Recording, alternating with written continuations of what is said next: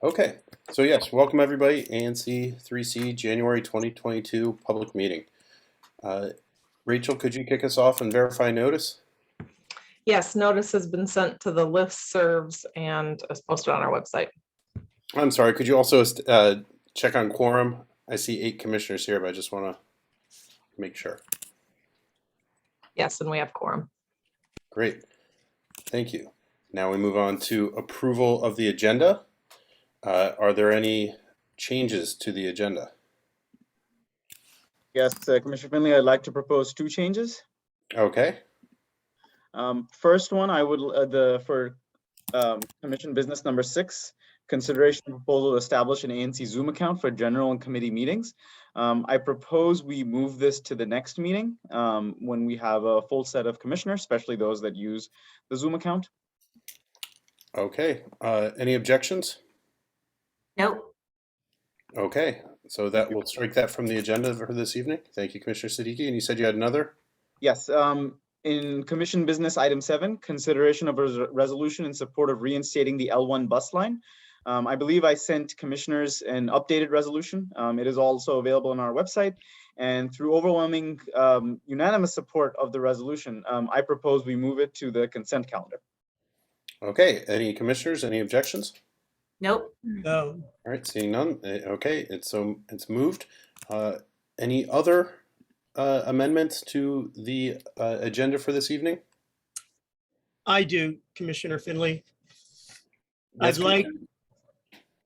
I'd like to add a resolution for a stipulated alcohol license for Maddie's Tat Room LLC to the under commission business this evening.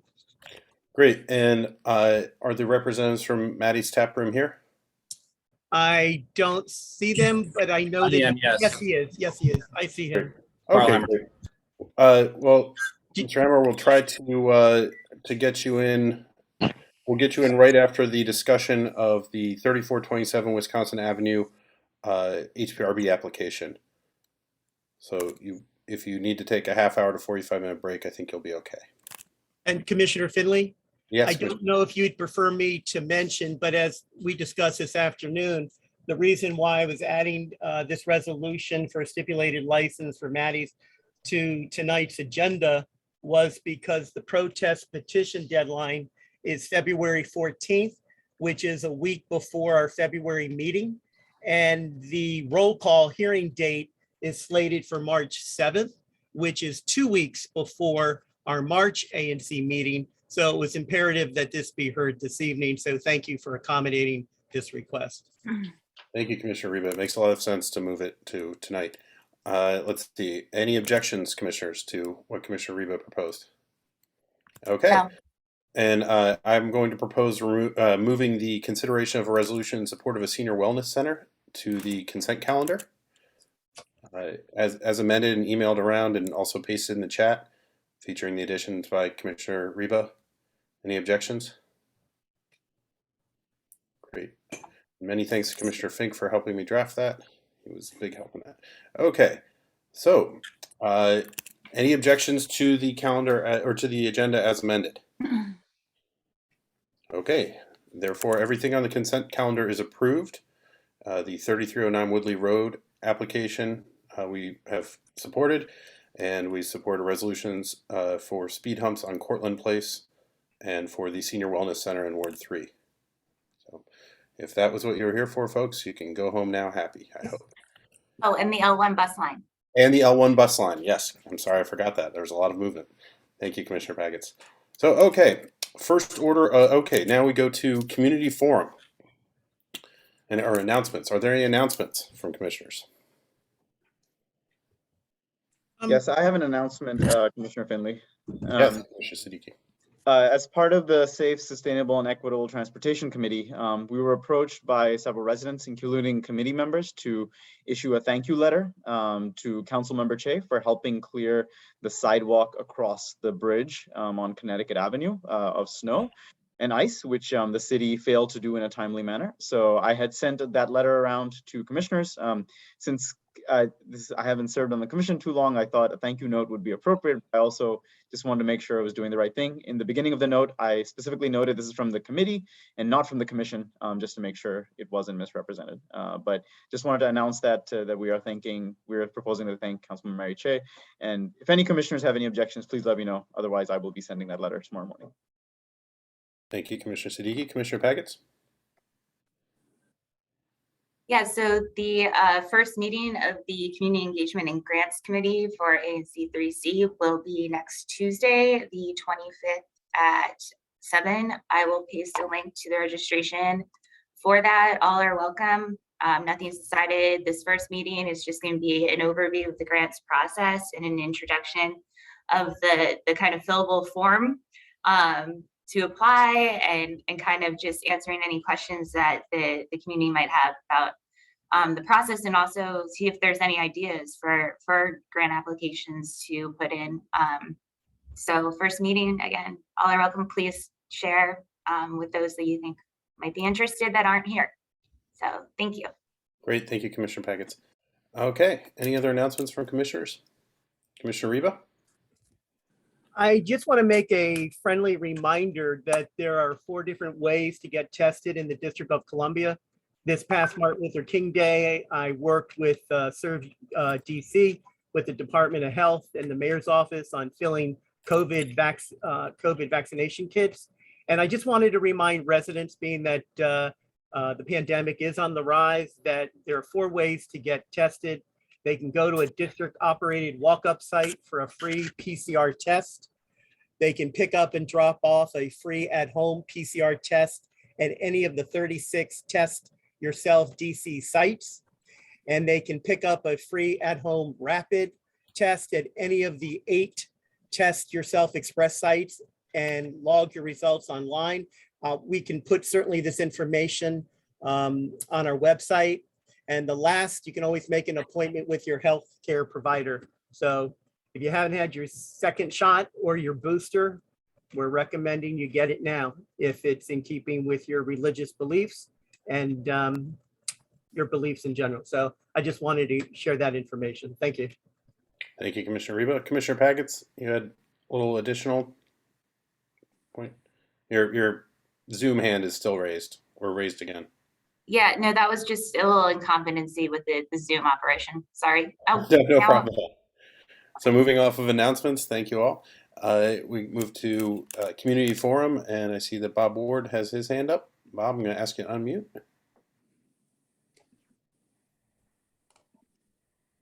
All right, Bob, go ahead. All right, got me? There we go. Yes. Oh yeah, 2 announcements. One, the Ward 3 redistricting task force had its first meeting last night, and I want to post in the chat ways in which the public can be involved in the process, observe the meetings. We've set aside time at the beginning of each of our meetings, which will occur on Tuesday evenings at 7:30, now until the end of March. And so the public, if they have comments on the redistricting process, are welcome to make their comments at the start of those meetings, as well as provide written feedback via an email address, which I'll also post in the chat. Second announcement is tomorrow night, Cleveland Park Smart Growth kicks off its first in a series of webinars on housing challenges in the area. This first one will start with a look back at the history of the neighborhood and how some of that history has impacted the challenges we face today. I'll post the registration link for that webinar in the chat as well. It's tomorrow night at 7:30. Thanks. Thank you, Bob. Okay, we are now moving on to commission business. And the first part of commission business, as it is every January, is officer elections. And so the first office we'll hear nominations for is for the chair position. Are there any nominations for chair? I'd like to nominate Commissioner Finley to continue on with his role as chair. Thank you, Commissioner Packets. Any other nominations? Does it need a second? No, sir. Any other nominations? Okay. All those in favor of Commissioner Finley, it's me, to stay chair, please raise your hand. All those opposed? Oh, Commissioner Fink opposes. So- I was for you. Thanks, Jason. So thank you all. Okay, moving on. Vice Chair. We'll hear nominations for the Vice Chair position. I'd like to nominate Commissioner Pagets. Are there any other nominations? Okay, seeing none. All in favor of Commissioner Pagets to stay in a role as Vice Chair, please raise your hand. Okay. Thank you. Then all those opposed? All those abstaining? Oh, I'm delayed. I hear a delayed voice, so sorry. which way are you voting, Commissioner Reba? Sounds good. Okay, so it's unanimous. Congratulations, Vice Chair Pagets. We now move to everybody's favorite position on the ANC, Treasurer. Are there any nominations for Treasurer? Commissioner Boucher? I'd like to nominate Commissioner Siddiqui. Commissioner Siddiqui, do you accept the nomination? Yes. Thank you, With Commissioner real, with Siddiqui. real pain. Are there any I am other? fine that Commissioner Boucher nominated me because she's done this for years. So that's the only person I would accept this nomination from. Are there any other nominations for Treasurer? Okay, seeing none. All those in favor of Commissioner Siddiqui maintaining as Treasurer, please raise your hand. Okay. All those opposed? Okay. All those abstaining? Congratulations, Treasurer Siddiqui. Okay. Now we move to the Secretary position. Are there any nominations for the position of Secretary?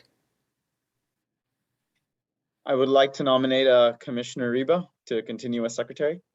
Commissioner Reba, do you accept the nomination? I do. Thank you. Great. Okay, are there any other nominations? Okay. Seeing none, all those in favor of Commissioner Reba continuing as Secretary, please raise your hand. All those opposed?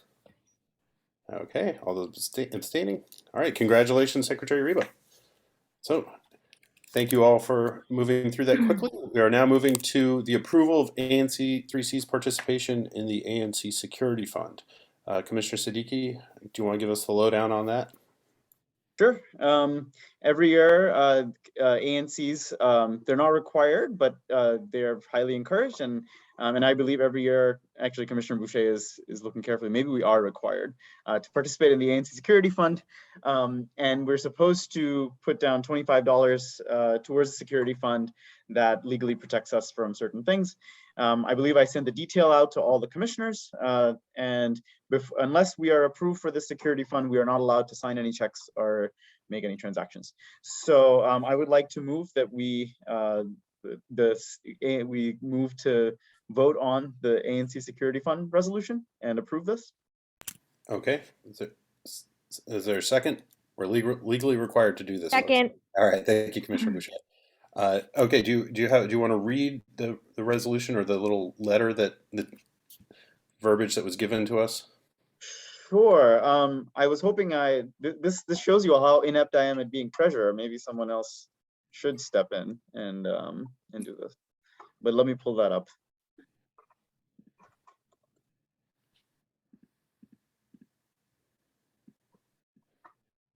Commissioner Siddiqui, you're quite apt.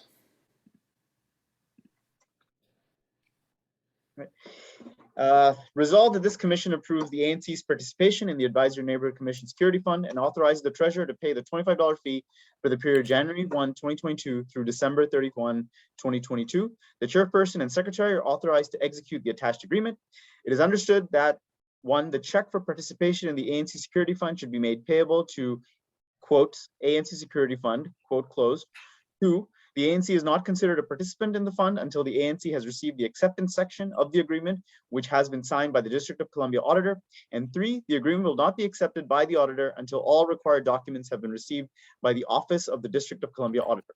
The required documents are this resolution, the agreement form, an ANC check, that the security fund checks are not cashed until the security fund agreement is approved by the ODCA, the statement of information for the chairperson, the statement of information for the treasurer, the bank survey, and a copy of current bank signature card. Great, thank you, Commissioner Siddiqui. Commissioner Boucher, do you have a question? Yes, more of a necessity. You, Commissioner Siddiqui, you need to, I don't know if Bo needs to go too, but you need to go to the Sun Trust in Cathedral Commons, or to update the address, your address, because I've been getting your statements for the last year and I have them, but you need that as part of that document. Like, my address shouldn't be on that document. Thank you, I have them Commissioner for you. My they go to my next door neighbor where I don't live anymore. Mm. So luckily they know who I am and hold them for me. But I just want you to know, you should change the address. Thank you, Commissioner Boucher. When we go back to sign their signature card and do the process, we will be sure to let them know. Thank you. Although I do childhood think this hope. means officially you are a treasurer. So That's really funny. Thank you. Okay, so any further discussion on the item at hand to approve participation in the security fund? All right, any questions from the public? Okay, seeing none. All in favor of the resolution as Commissioner Siddiqui read it, please raise your hand. Okay, all those opposed? And any abstentions? No. Okay. Hey, Bo, I support it. Thank you, Commissioner Fink. So congratulations, Commissioner Siddiqui, on your first act as treasurer in this term. So, okay. Moving on to a presentation by DDOT on transportation safety investigations. And I believe we've got Christian Pinheiro here. Hey, Christian, how are you doing? I'm good, Commissioner. How are you doing? It's nice to see everyone. It's been a long time. Hope everyone had a good holiday. So, And I'm ready to share, I believe, when ready-ish, if you guys are ready. Ready Okay. when you are. Thanks so much again for helping to set this up for me. Well, don't thank me quite yet. We're gonna see how this goes. But you guys can all see the screen, right? yes, thank you. Okay, cool. Awesome. All right. Thank you, Commissioner Packets. So for those who don't know me, I'm Christian Pinheiro. I'm the Ward 3 Community Engagement Specialist. And so I'll do a really brief, or at least try my best to be brief, presentation on our new traffic safety investigation and ANC resolution process. So next slide. So this is a quick overview of what I'll be discussing. First, we'll just kind of do the terminology piece. It used to be called TSA, now it's TSI. I'll kind of show what the differences are in that new program. There's a dashboard that we have also made public that I'll kind of walk through a little bit of how that works, some frequently asked questions, and then kind of go over the resolution submission process and other updates that you guys want to talk about. So just to jump in quick, if you can spell out some of these acronyms the first time you use them, It would be great. Definitely. Yeah. So TSA was traffic safety assessment. TSI is traffic safety investigation. And then, well, FAQ if you can ask questions. So what is a traffic safety investigation for those who are unaware or have had experience but just want a little bit more clarification? So it is a public tool that residents can use by going to 311 to really get DDOT's eyes on either intersections, locations on the street that have high safety problems, whether that's speeding, there's a stop sign missing or a four-way stop that needs to be implemented, some other safety mitigation or intervention that we can add onto the roadway to make it safer. And so it's been around for a while, but we've really streamlined this process to kind of make it more fluid, not just internally for us, but externally for the residents of the District of Columbia. And our traffic engineering and safety division team are working 25/8 to really make sure that we can get these rolling as fast as we can, but also making sure that we have the adequate amount of data and assessment in progress so we can actually make these interventions. So why do we need a new process? For those who are familiar, Mayor Bowser, passed, a really favoring note on back in October to really kind of revamp our current traffic safety assessment process. And our leadership at DDOT has been really focused that in the past few months to really not only make this streamlined, but make it as user-friendly and accessible for residents as possible. This also allows the public to get a little greater transparency, not just from us as an agency, but also from their own requests that they put into the queue. It's also our main goal is to really just expedite these, safety projects across the district. There's been tons of times in the past where traffic safety investigations have been put in or submitted, and it's years later until they get finished. So this is one way that our leadership is, taking that forward movement to really make sure that we're not only addressing them, but they're actually meeting their timeline, and that we have that adequate space to make the district streets as safe as possible, which is always our number one goal. So for those who may know or have done the old process before, this is what it used to look like. You would get a form that you see on the left side called the Traffic Safety Assessment Questionnaire. So originally residents would go to 311, they would fill out the options of the questions, and then they would provide this separate document, this questionnaire, which would be kind of a little bit of a rehash of what they put into the system. And then you would need ANC endorsement, a written endorsement, either emailed, and it was kind of a lot of different moving parts just to initiate the process. And originally, that whole process alone between just getting it submitted and the investigation would take about 130 days. And so, as I'll talk about in the next slide, the new process really kind of truncates that a little bit, so we can get more of the assessment and the evaluation and recommendations into that too. The old process also, these steps are very similar to how the new process will be. We'll still have the evaluation process. DDOT will still communicate those findings to the resident via their 311 service request number. And then any changes that require a different control of on-street parking, or addition of a traffic light that changes the existing conditions of the road, will require a notice of intent or an NOI. That process stays the same, and that's a 30-day business public comment period that we are legally bound to provide when making changes on the roadway.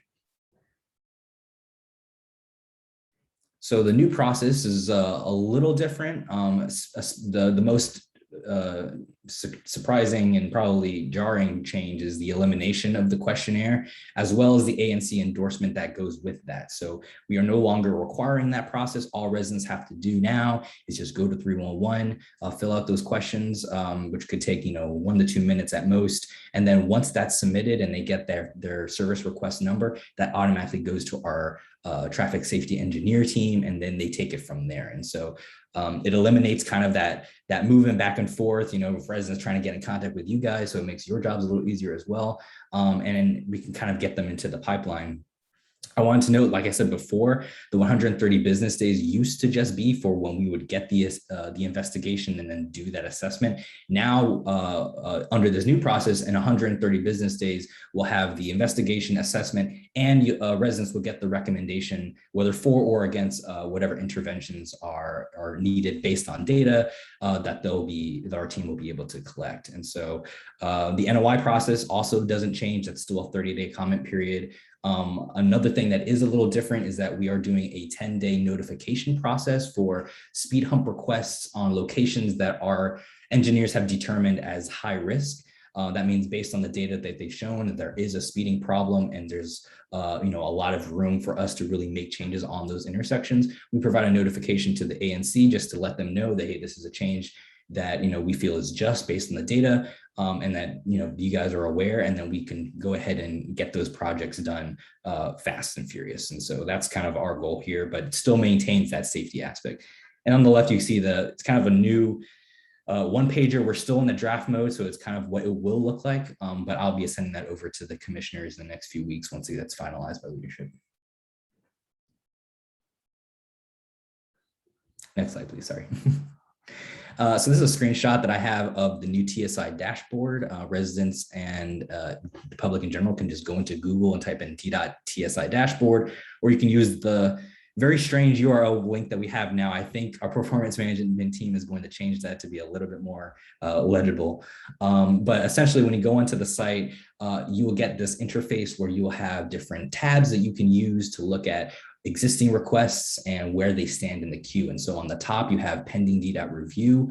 You can click that and then put in a traffic safety service request number, and it can tell you where that particular request that a resident has filled is in the pipeline. And so if it's in data collection, that means our team has it. They're actively doing that data to see if there's, especially for speed humps, to make sure that there is, a speeding problem for us to address. If it's pending installation, means it's past the data collection phase and it is in the queue either for our contractor, Fort Myers, that does a lot of the work, or it's going out to our field operations branch that handles the remaining half of that. And then of course, closed service requests, which are the ones that are completed and already out there for, to be used in the public.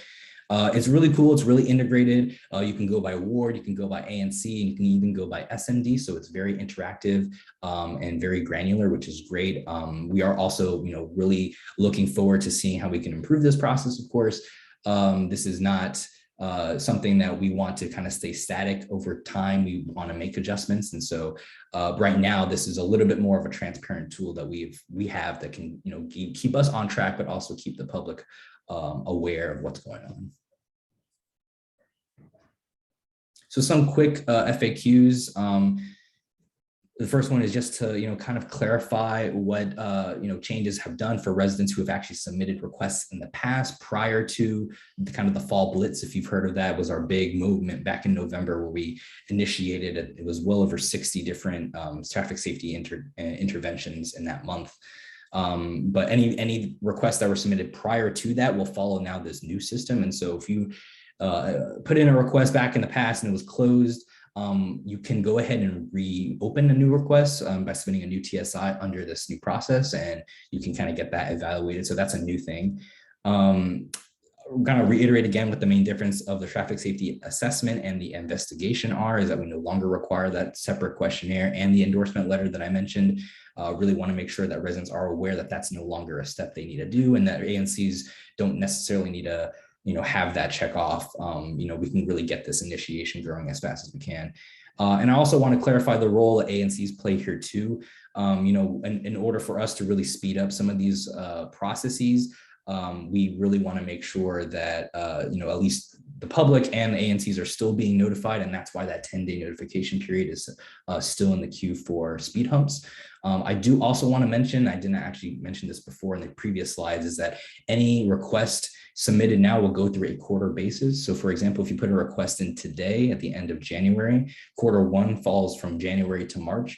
You can see or a resident can see their traffic investigation request with a response or movement towards completion in the next quarter. So that would be April to June. Quarter three is going to be the beginning of the fall, and then quarter four is the end of the year. And so that also gives residents a little bit more clarity in managing, our expectations and their expectations moving forward of when they can actually see these interventions in place. And then finally, I just want to discuss kind of this new ANC resolution submission portal that we have launched effective January 12th. That's the link you can go to in red, but this is mostly just for commissioners. This is definitely a nice place where our performance management team has integrated for commissioners to really use that as the place to submit resolutions and letters and other kind of correspondence that we get from DDOT from you guys. So what you will receive is a 10-day business letter. In 10 business days, you'll receive an acknowledged letter from our division with a tracking number based on whatever request has been agreed upon by the ANC. And then you will receive a more concrete written response within 60 business days of that. So it gives us some clarity and transparency that you will hear back from us. This is something our leadership also wants to initiate to, kind of really make sure that we have that transparent conversation. And if you have any additional questions for the portal, you can feel free to email me, but you can also go to the Office of Advisory Neighborhood Commissions, and they can definitely guide you as well. So Christian, my first question is going to be on this previous slide here, and now I feel like I have the power. Going back through this deck, is that there's Also, ANC resolutions and resident petitions are also no longer required, but then the next slide is all about how to submit by resolution. So what are we not getting here? Yeah, and I apologize if that's a little misinformed. So the previous slide, it's just only for petitions.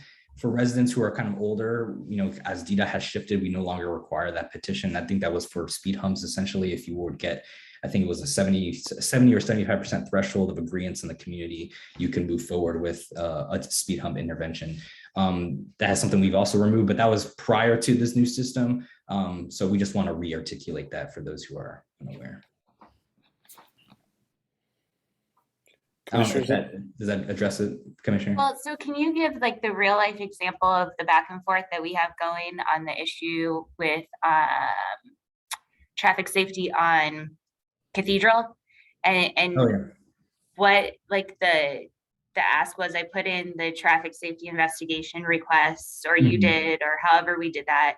The council members signed off and directed the DDOT director via an email exchange to like investigate it. But then there seemed to be an ask of me to pass a resolution on like what were potential solutions to like mitigate the. So was that the result of the investigation that I'm being asked to pass the resolution, or? Like, yeah, no. So I've received guidance from my division that for any interventions that require a parking change, basically, we're not asking you to like divvy up where exactly you would want the parking, eliminated. What we would want is a letter from the ANC to sign off that everyone in the ANC is in agreement, because this changes the existing conditions of the roadway. So that's how we're moving forward with making sure that, people are aware that if you're taking away parking, if we're making an addition to the curb, that it's an agreement among all ANC members, so that no one feels like they've been left out. Wait, do you mean by when you say agreements of all ANC members, do you mean community members? Do you mean the commission? Oh, just commissioners, yeah. Okay. But in that process, I would imagine you would kind of go and vet this out to the community as well and get right. But you're not asking for a unanimous decision from the ANC. No, we're just like making sure everyone has like, eyes and ears on it, and it can be submitted either by the chair or, just follow that process if that makes sense. Gotcha.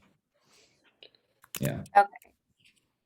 Slightly clearer, but still a little muddy. and we can talk offline too. I know it's kind of been back and forth. I've been receiving all kinds of different clearances as we kind of transform to this new way. So I'm learning as well. Yeah, like in that whole exchange too. So I'm sure that wasn't. I know, great. and I do apologize for that too. I know I was waiting for like several months. I was like, oh, I haven't received anything, and then I realized you weren't aware that was a part of things. So, I think that was part of my fault for not checking in sooner. But thank you for bringing it back. Because I was feeling like DDOT's looking for me to make a safety recommendation of eliminating parking as the solution, and I have no idea. No. Yeah, our engineers and our specialists and our team, handles all that. Okay. Yeah. Thank you. No worries. Commissioner Siddiqui? Yeah, Kristen, I guess I'm still confused as well. So I think we should have a separate conversation later too. But there are two questions from the chat from the community. And one is about a stop sign. One is from Kim Stockley about a stop sign at the intersection of 20th and Calvert, and one is from Greg McDonald on Wisconsin between Idaho and Macomb. So, if for guidance to them, do you recommend both of them go to this website and submit a traffic safety investigation? According to you, by April 1st, they will have either a response or a movement forward. Is that fair to say? Yeah, within that quarter-month system, so within those 3 months of that next quarter, it could be sooner depending on how much our team is able to handle the kind of the flow, or it could be a little after that, but it will be in that window. So it could be as late as June 30th, which means it could be as late as 180 days.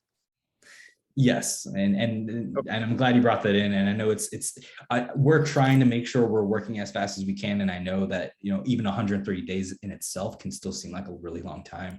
But with the amount that our team gets into the queue, and then sometimes the data, depending on an intersection, may require a reevaluation. And so we've committed to 130 days, but I don't want to promise that it'll be exactly 130, because I know that it has that window period. So your flexibility on your end is definitely crucial for us, and I'll do my best in my job, and then we'll do our best as an agency to make sure that we can articulate those as quick as possible.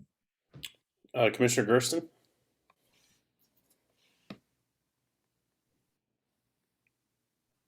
Nope.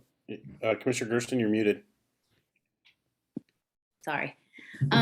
We've had a situation in our SMD where roads were repaved and speed humps that did exist were removed and were supposed to be put back, but were never put back. Oh, okay.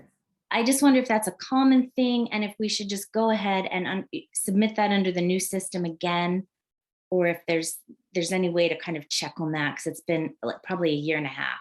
Right. That's the first I've heard, but that is definitely, I would just go ahead and have the prerogative of going into this system. What I can do on my end is that our paving team, they keep track of all the roads that they've either paved in the past based on the fiscal year. So once that TSI is in, I can also revert to them and be like, hey, Commissioner Gersten in her SMD, this was something that was removed. How can we, and those are things I feel like we can easily expedite because they used to exist on the roadway.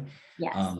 But for us, the tracking number is still important, and that that hasn't changed, right? Making sure that we can have that service request number both internally and externally, so that if there is a way we can kind of massage, it doesn't necessarily have to take that long. We can move forward accordingly. But if there's a specific issue in your SMD, we can definitely chat offline.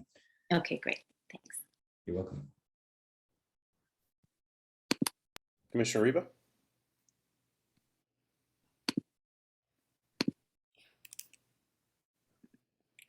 Commissioner Reba, you're also muted. Thank you, Commissioner Gersten. Thank you for that.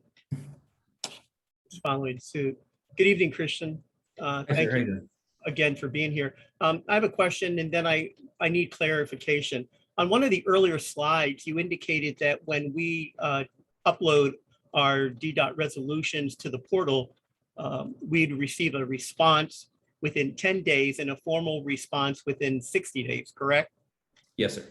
Well, my question is, being that many times our resolutions are timely based on your deadlines and submission deadlines, is there anything that, does the portal at least acknowledge that when you hit click to upload, is there any acknowledgement that says, got it, received, and then a formal response in 10 days? Because if you don't get that response that we at least know you got it, we're waiting 10 days anxiously to make sure you got something that is truly very timely. Mm-hmm. I don't know the specifics of how the portal works. We have a team that focuses that kind of on their end, but Okay. If they're, you could feel free. I mean, I'm kind of a little bit of a different person in the agency. I don't mind if you email me, resolutions, and I can kind of forward that into my team. Just, I like that interface with you guys, and just, I know that it's in my awareness as well. So if it's easier, you can always just kind of revert to that, and then you'll get your official response in 10 days. But I do not know the specifics of how that kind of fleshes out, but I can definitely go back to our team and let you know if there's somewhere in the system that you can kind of get that notice. Okay. Those deadlines really haven't been much of an issue with DDOT, but when our meetings piggyback your deadlines, it is imperative that we ensure that DDOT receive the resolution accordingly. Okay. Mm-hmm. The other thing is, Commissioner Gersten mentioned something about her SMD where there had been a change and an improvement, but yet the roads weren't returned to its original condition. And I'm finding that when contractors are in the neighborhoods doing these types of improvements, they're not getting a lot of things right. And I'd hate to clog up the portal with changes that are needed while the project is being done. There's another example at Connecticut Avenue where they repaved Connecticut Avenue, but they went back to old renderings of the striping in the street. So at one time, because cars going north on Connecticut could not make a left-hand turn at 24th Street at the Metro, they extended the stop bar and they extended the double striping. When they repaved Connecticut Avenue, whoever repaved Connecticut Avenue, whatever vendor, they put the markings back to the way it was. So now there's a break in the striping, which gives the illusion that you can make a left going north onto 24th Street when you really cannot. I got you. And certainly this is obviously a conversation for offline, but it's just another example where, you know, conditions aren't being restored after a repaving or an improvement. Mhm. No, and thank you for highlighting that for my awareness. I can definitely sort that out. But I know there has been experiences with like Washington Gas or other contractor work that does utility work underground. Typically, how that works is that if they break the asphalt, you know, that particular contractor is in charge of resurfacing that asphalt because they were the ones who took it out in the first place. Striping is a little bit more tricky because we have our own striping team that does that piece, and it's a seasonal thing. But we can definitely kind of talk offline and sort that out because I want to make sure that that's addressed, especially if it's, you know, it was something that was, you know, it's heavily recognized that it's off. You can definitely see the former lines underneath. But thank you for that. And thank you again for being here this evening. Thank you, sir. Appreciate it. Christian, I put the link to the 311 portal in the chat. And I want to mention that it's really helpful. Well, it's been really helpful for me, at least, to put in these separate requests. Like I know the striping one, you can put in like there's a category, request that one. There's a tree pruning category, and this all then gets routed to the different teams, right? And if you put in multiple requests at like and or alert Christian, like we can loop certain things together with these kind of one-off requests that aren't requiring a full-on traffic safety investigation process, right? Yeah. Or am I speaking out of turn? No. These traffic safety investigations are only for speed humps or changes to the road. Like any other request, or whether a down stop sign is different from installing a new stop sign. So in this case, if you see a sign that's knocked down that already exists, you can just do a roadway sign repair, and that will be a separate process that's a little less stringent than the whole reevaluation of that. So you're correct. Cool. Thank you. Okay, Christian, I have a quick question for you. So going back to in our December meeting, we adopted a resolution about Porter Street and primarily my SMD and a number of safety issues on Porter Street, and 2 accidents where 2 people were badly hurt. In that resolution, we identified, I think, 5 or 6 different safety issues, and then also had a supporting document giving detail about what could be done to improve most of those. In this process, should that instead have been 5 different 311 requests and then a resolution later when you 130 days later when you move to the notice of intent process? Right. And I'm glad you brought that up, Commissioner, too. So we want to make sure that any letters or resolutions that you guys have or like are put together, having that service request number attached to that resolution gives us that validity that it's already in the system. And that is how we can really expedite something if it has a large base. We've received many letters or resolutions in the past where it's like, we have, there's this intersection that's really bad with traffic or safety hazards. And then like, we don't have anywhere in our system to track that. So I definitely encourage not just you, but the public also to, the first step, if you recognize a safety problem, is to go into the 301, put in a TSI, and then residents can come back to the ANC, discuss that, which can be written up into a letter, which can be sent to our leadership, and that we have something to reference. So I'm glad you brought that up. So that resolution had a number on it from 311 at least, Okay. But yeah. So I guess I'll try to track this down with you because that's clearly a very dangerous street, and we had 2 accidents there within the past 180 days. So waiting another 130 doesn't seem like the safest thing to do. Right. We can filter out traffic safety investigations that are all in the same block. Like if you had the 4200 to the 4600 block of some street, we can put that into one TSI. Now, if it was different streets, even in the surrounding area that had different intersections, those would each require separate TSIs. Oh, fortunately, it's one long block. Okay. Perfect. That makes it easier for us too, so we can just kind of have it all on one stop. But yeah, definitely, you and I can definitely connect on that. Yes, and let's do that. Well, great. Commissioners, do you have any further questions? All right, I'm going to open this up for the audience. Folks in the audience, do you have any questions? Please raise your hand if you want to know how to raise your hand. You can click reactions, which is a little smiley face with a plus sign on it, and then choose raise hand. I'll go ahead and put my contact info in the chat for anyone who. Thank you, Christian. Doesn't have a question now, but has one later. All right, I'm gonna Kim. Yes, you have the floor.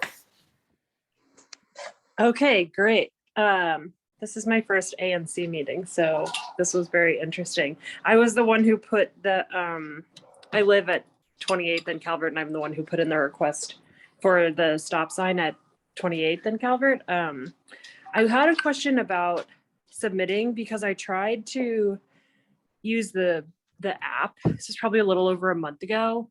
And I tried the app, the mobile website, and the desktop website, and none of them worked. So I don't know if there was a bug and now it should be fine, but I wasn't super confident that my request went through. I don't think it did. So I wanted to, one, check on the status of that, and two, if there is like an alternative solution to something that a resident requests, is that handled in this process? Like, for example, if I request a stop sign, but a stop sign isn't feasible, would DDOT then recommend like speed bumps or something instead? Or would I need to make separate requests?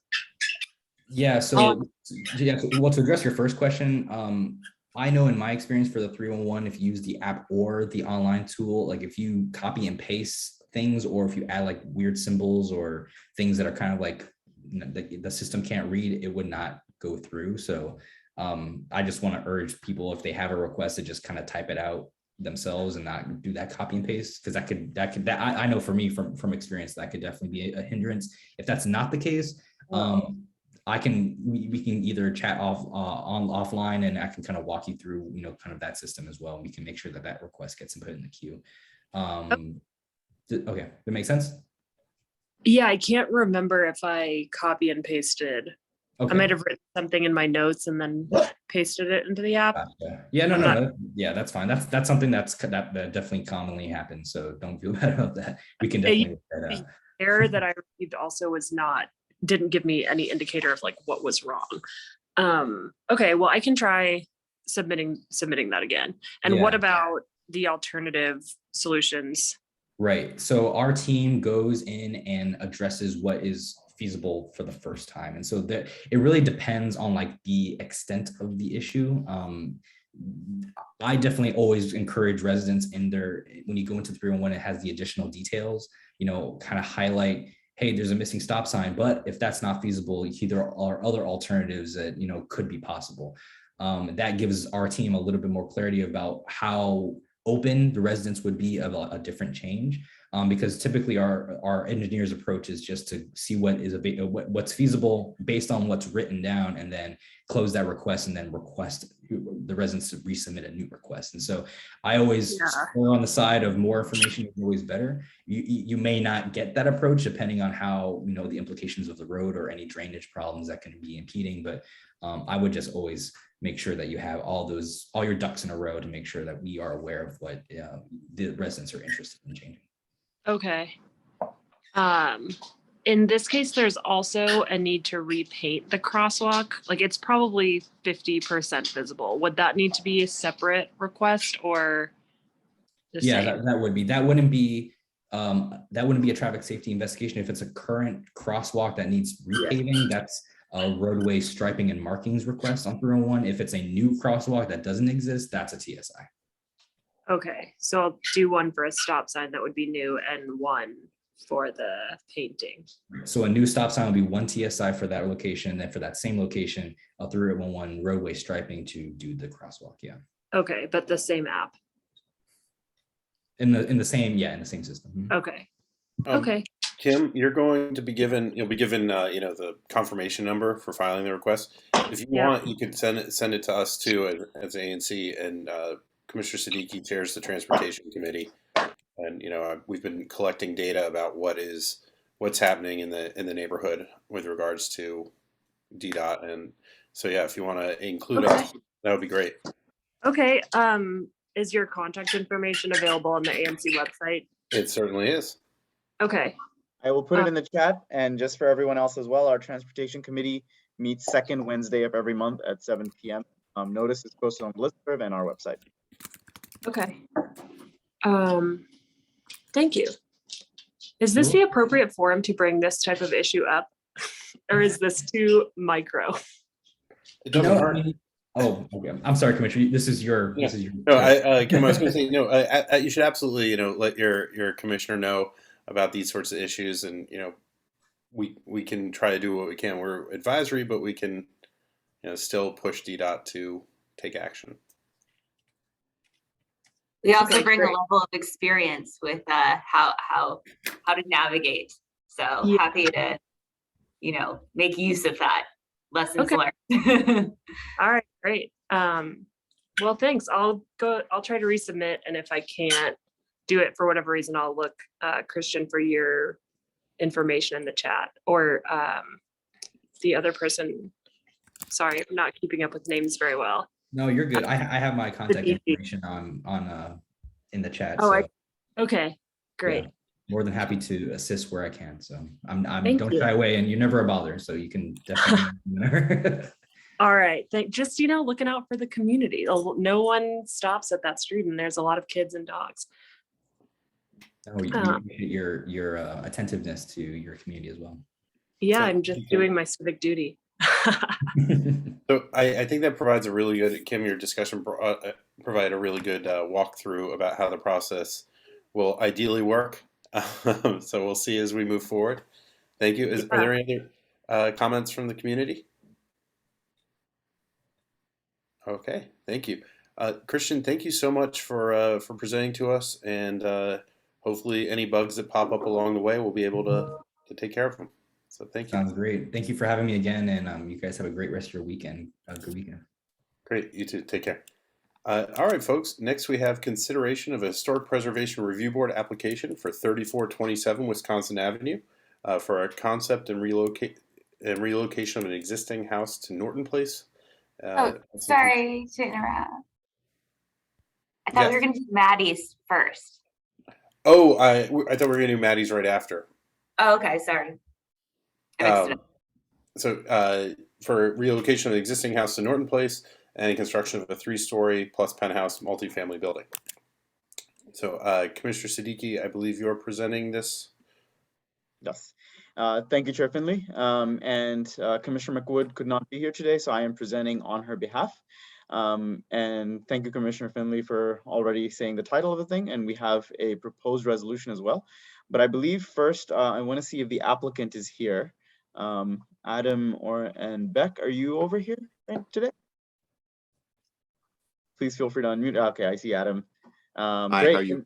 Good, how are you? And so we've presented this twice at P&Z meetings. And so I'm sure everyone is well aware of this project. And so what I hope today is that if you have slides, please give a very short overview, because as you can see, we're already down the time in the agenda.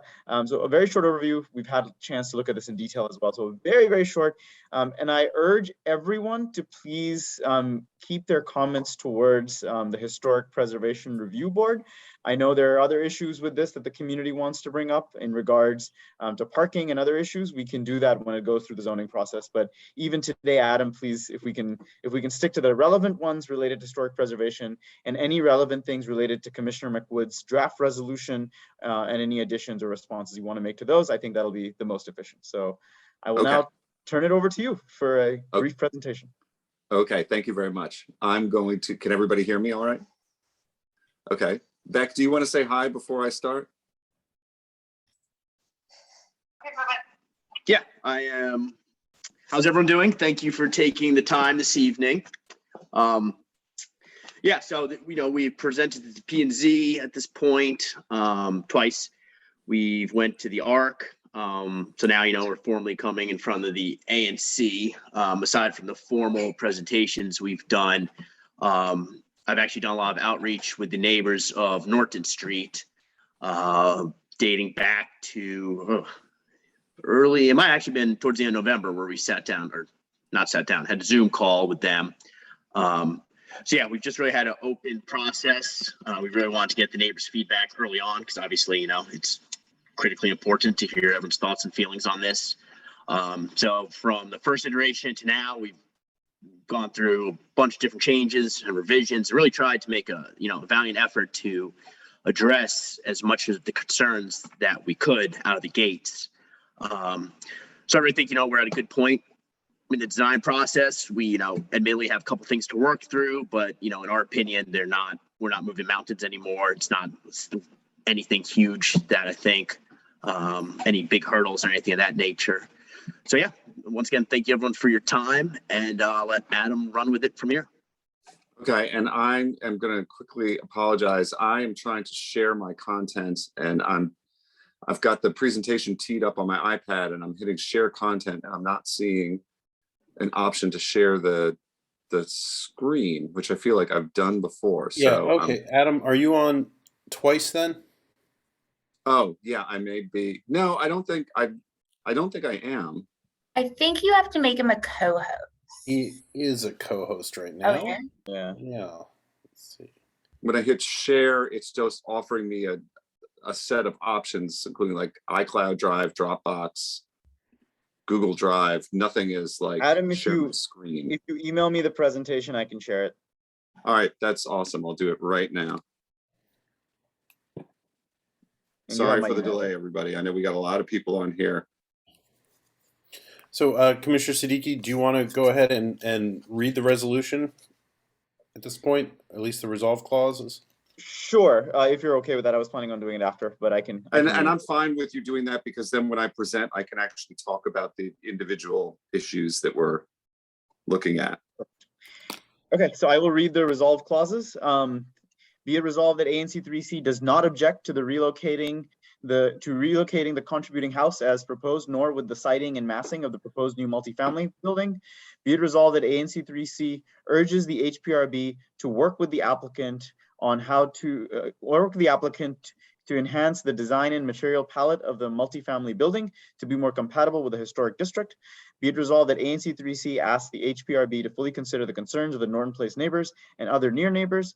Be it further resolved that ANC3C urges the HPRB to mitigate the lack of landscape, particularly in the rear yard east side, which faces residences in the historic district, by asking the owner to render the same quality of design on all facades of the proposed building. And be it resolved that the chair and the 3C09 commissioner are authorized to represent the commission on this matter.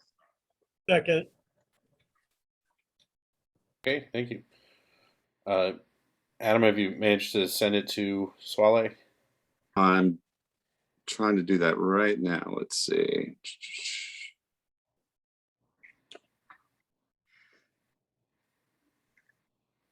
Is maybe Commissioner Finley, in the interest of time, is there anyone who would want to see this presentation right now, given that we've seen it twice? Anyone in the community or commissioners? If there is someone, then we will absolutely do it. Otherwise, I think we can move to discussion.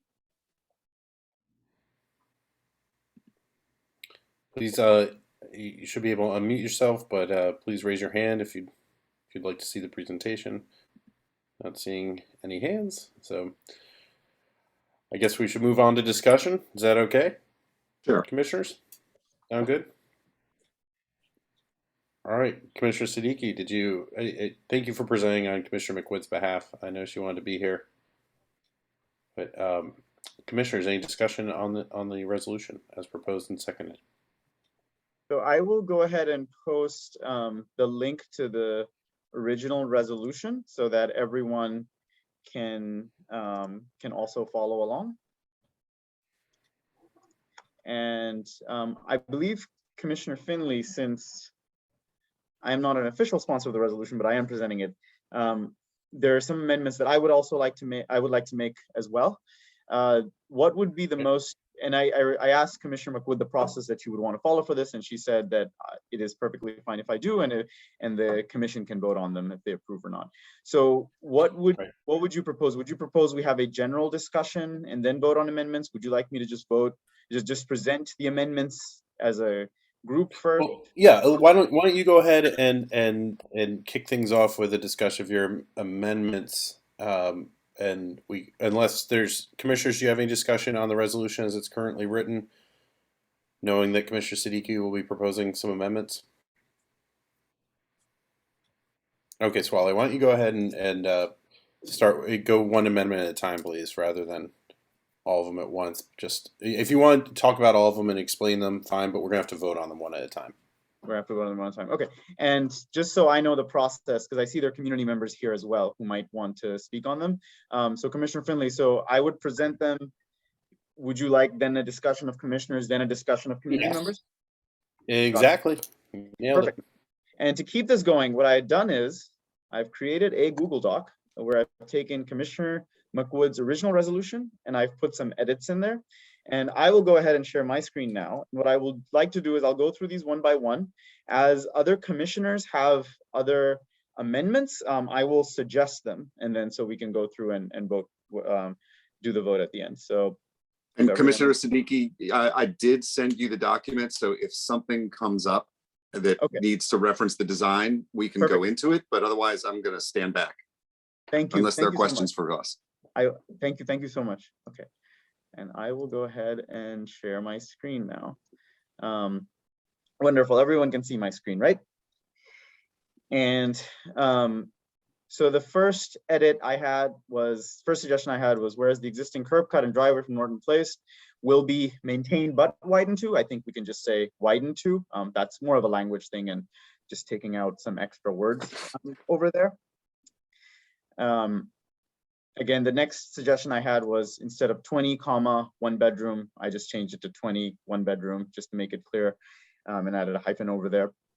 The first whereas clause that I suggested be removed was the whereas the Norton Place neighbors continue to express concern about the design elements that they believe prevent an optimal transition from the new building to the single family residences. The concerns include the lack of architectural detail on the east and west facade of the multifamily building, the window walls of the third level of the building on the north, south, and east facades, the dark brick palette, and the exposed window wells that suggest a large footprint, which could be hidden from with landscape. In my comments to Commissioner McWood, I believe that if since we're looking specifically at historic preservation, if there's specific historic preservation issues that the facade or any of these issues aren't meeting, we should state those. And so I didn't hear back. What I heard back from her, she would like to keep it in. I would like to remove this one again to keep it clean for historic preservation purposes. Just a correction of spelling for facades over here. The next whereas that I suggest that we remove is whereas the rear yard of the multifamily building will be entirely paved with no allowance for landscaping, including shade trees that are featured throughout the historic district. I commented to Commissioner McWood that multifamily buildings and landscaping have no relationship in our historic district. So I thought that wasn't relevant. Commissioner McWood would have liked to keep that in. And then finally, at the resolve clauses, I think that, for me, urging the HPRB to work with the applicant was a little strong on this wording. So I suggested that we say, be it resolved that ANC 3C requests the HPRB to advise the applicant on how to easily enhance the design and material palette of the multifamily building to be more compatible with the historic district. And then we'll also have to fix that spelling over there.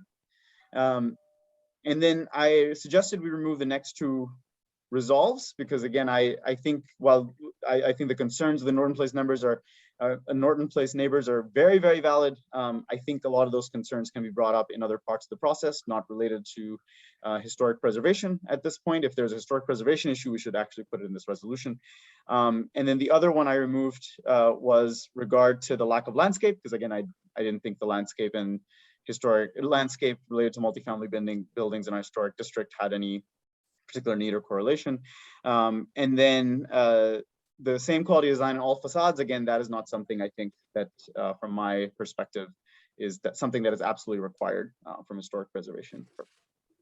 So I will go ahead and pause there. All right, so Commissioner Siddiqui, procedurally, so you've proposed this as one motion. Yes. It would need to be seconded, and then we'd have discussion on it. So is there a second for Commissioner Siddiqui's proposed amendments? I'll second. Okay, and I believe Commissioner Reba seconded, but was muted. I did, thank you. Thank you, Commissioner Reba. Okay, so moving on to Commissioner discussion on the amendments to Commissioner, the proposed amendments by Commissioner Siddiqui. Is there any discussion?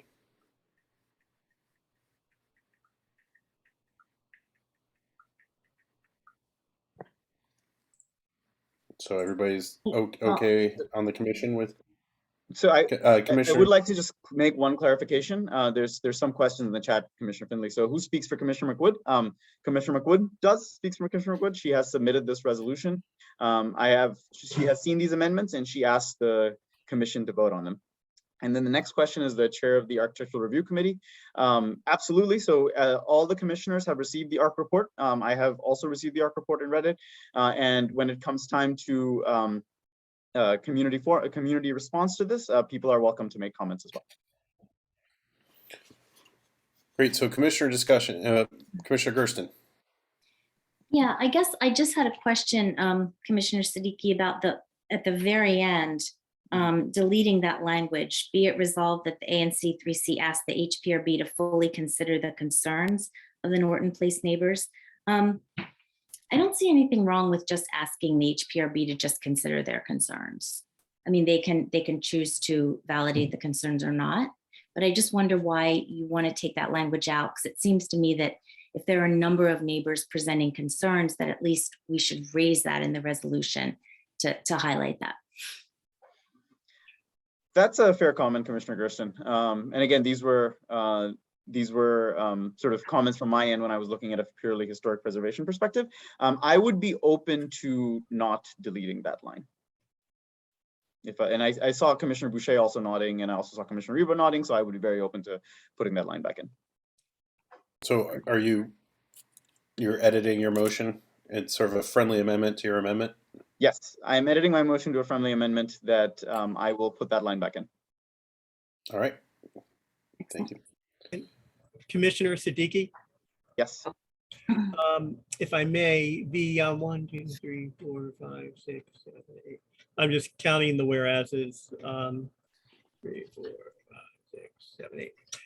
I just wanted to highlight that the first whereas that you wanted to delete, where it begins with, whereas the Norton Place neighbors continue to express concern about design elements. And I appreciate you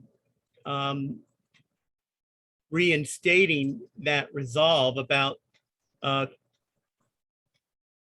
asking the HPRB to consider the concerns of Norton Place.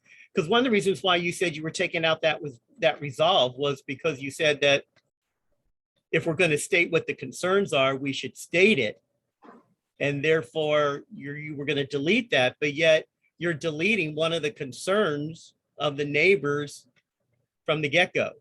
So I'm a little puzzled why one would consider taking out a concern and then removing a resolve where you're asking HPRB to consider the concerns. So I don't know how we can put back in the resolve without establishing the concern. If we're asking HPRB to consider the concern, that is one of the concerns, is that first whereas. It's a very good point, Commissioner Reba. I think what I would want to do is, if we do want to put the concerns listed there, then we should vote on it as a commission. And then I would be open to rewording that clause to just say, whereas there are concerns, there are historic preservation concerns related to this.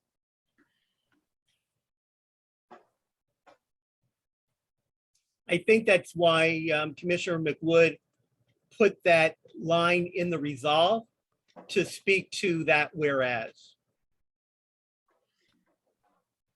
So that's why I initially also deleted that resolve too, and I was open to putting it back in, but I think what I'm hearing from you, Commissioner Reba, is either we take them both out or we put them both back in, or we reword it a bit, reword it to just say that the commission is concerned about that.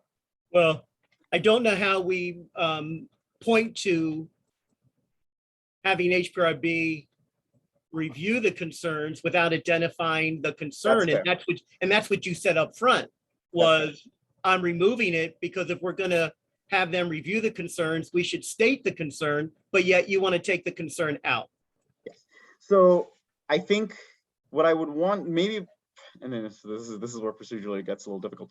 I guess what I want to do is I want to vote on, I want us to decide if we as a commission are okay with those concerns or not.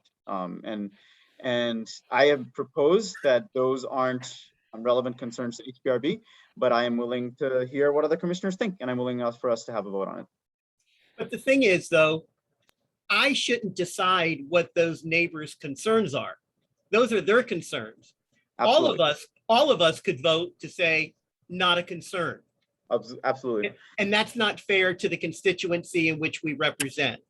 And now I will repeat a sentence that I've often heard Commissioner McWood say whenever neighbors are concerned that a vote happens against them, which is neighbors are welcome to independently go to the HPRB and may express their concerns over there as well.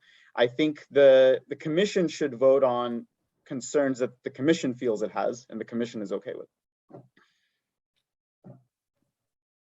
Could I say something? Sure. I mean, from my perspective, I think Commissioner McWood's resolution is basically saying the commission is concerned because the neighbors are concerned, among other reasons, right? So just kind of putting out the concerns of the neighbors, putting it into the resolution. And again, I think HPRB is going to do what it does with those concerns. But I just feel that, not to mention the thoughts and feelings of the people that live next to this development, it seems irresponsible. Commissioner Boucher?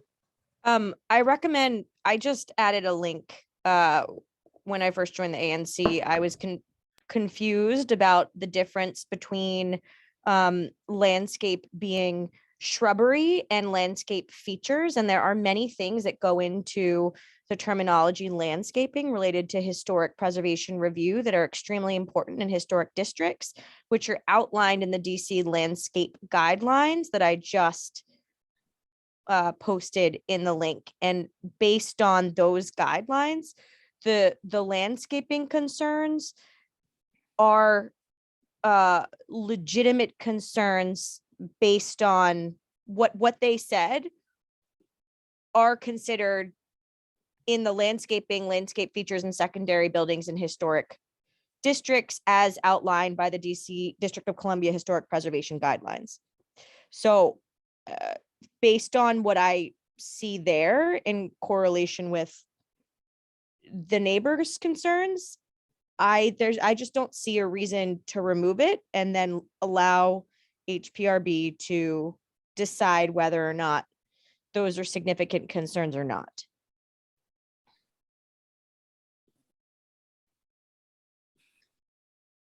I'm just trying to understand the downside for leaving it in. I mean, why would we want to take it out? I'm just not following why we would want to do that. So I appreciate everyone's comments, right? And I I am again open to having us vote on this. From my perspective, the lack of architectural detail on east and west facades of the multifamily building is not something that renders this incapable of going through historic preservation review. Like it's something that for historic preservation purposes is something that is essentially necessary.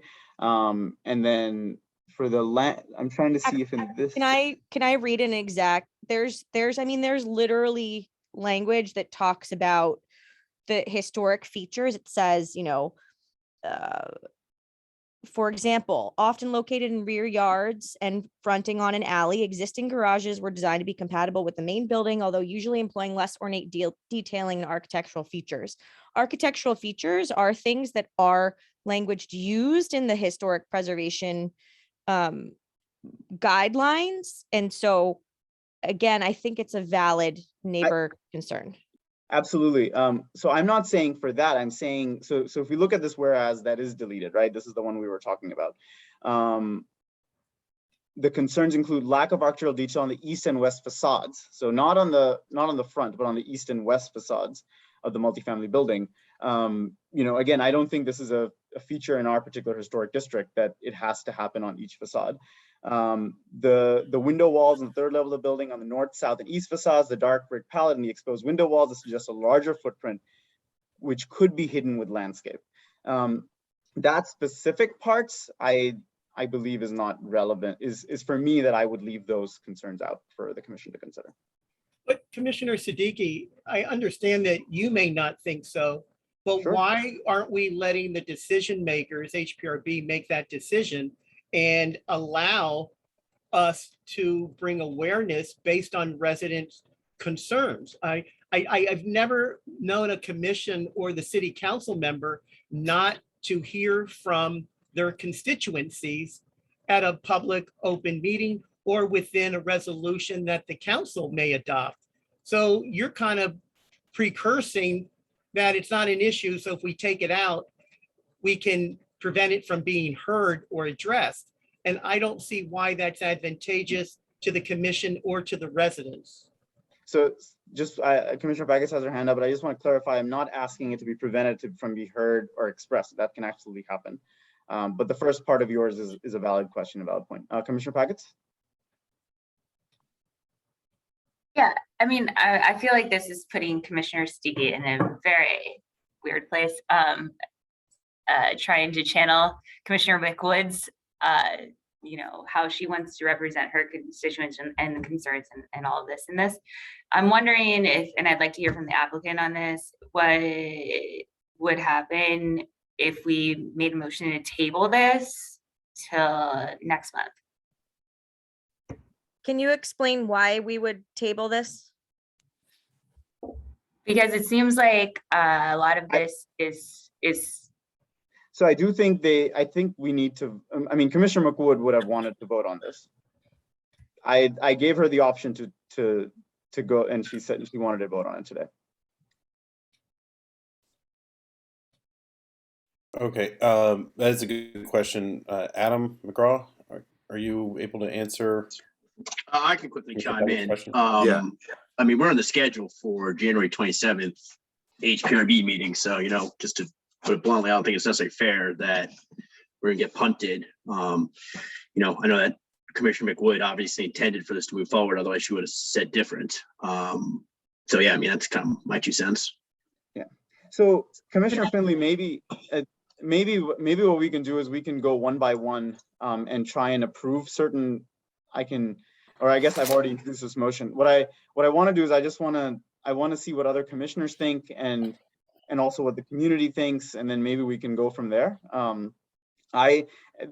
There's obviously no question that Commissioner McWood and I disagree on things, and which I believe is fine, and I'm hearing everyone's opinions, and that is perfectly fine too. But I am totally comfortable taking this to a vote and then seeing which ones we as a commission agree on, which ones we don't. I might be totally wrong. That's true.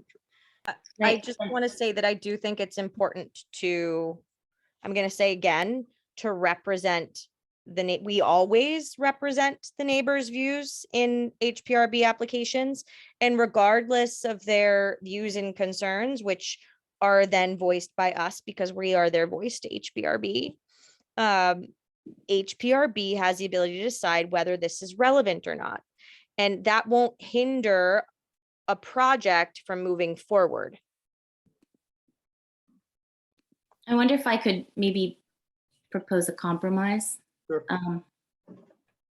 I just wonder with that, you know, whereas the Norton Place neighbors, et cetera, paragraph, if we can decide as a commission if we can take a position on those concerns, and if we can't, we could add, although the commission takes no position on this issue, or we could say, although the commission is split on these concerns, or something like that. But at least we're leaving it in so that HPRB has the information about what the neighbors' concerns are.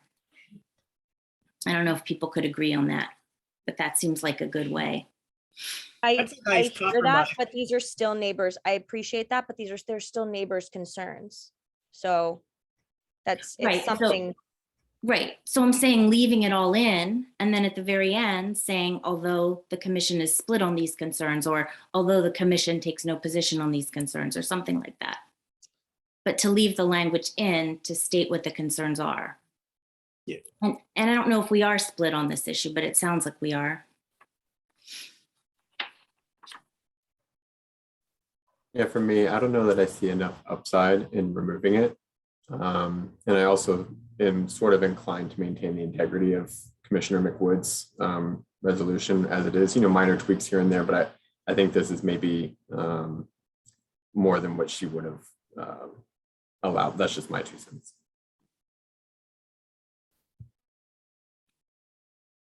Commissioner Fink? Sorry, I was just gonna say that we should just do what we always do, and if people want to remove stuff, they should just do amendments or friendly amendments, and then we should just vote on this and move forward. So I feel like if somebody wants to remove something or add something, they should do what we always do, and not talk in circles. So Thank we you. haven't given a community the chance to weigh in and communicate, and this has to do with them too. So it's not Right. just about us at this time. Hold on. What? Oh, okay, so let's let them. Hold on. So, Commissioner Thurston, you proposed an amendment to Commissioner Siddiqui's proposed amendment?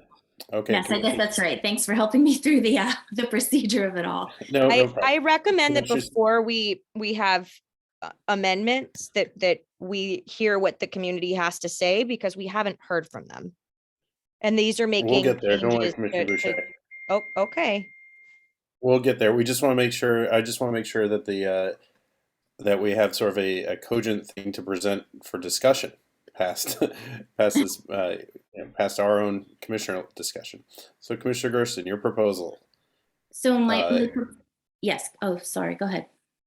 No, please, it was, please reiterate it, and if there's a second, please let me know. So I guess my amendment would be to, since we, to leave the language of whereas the Norton Place neighbors, and then add,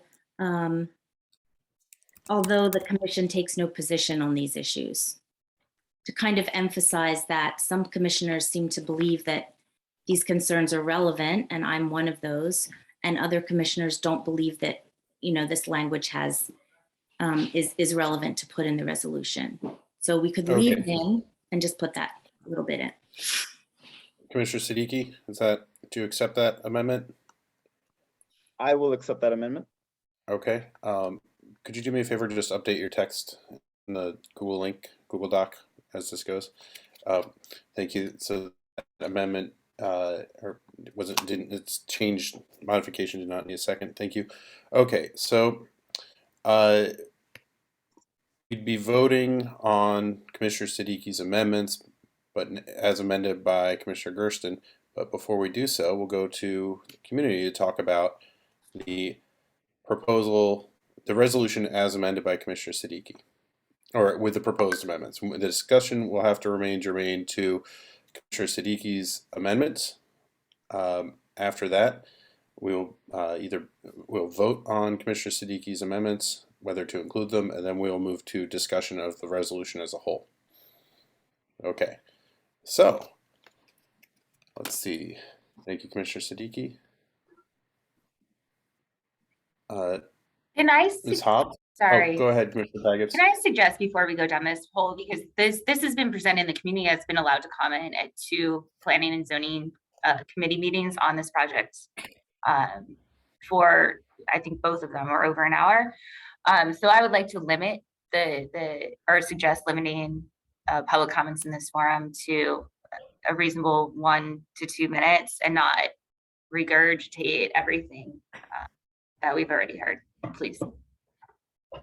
I understand that. Okay, and folks, if you could keep your comments to a minute, and once we get through everybody once, we'll see if we have time enough to go back, and then we'll proceed to a vote on the amendments, and then back to the amendment or the resolution as a whole. Okay, Ms. Hobbs, you are first. I'm going to ask you to unmute, although you probably have that power yourself. Okay, thank you.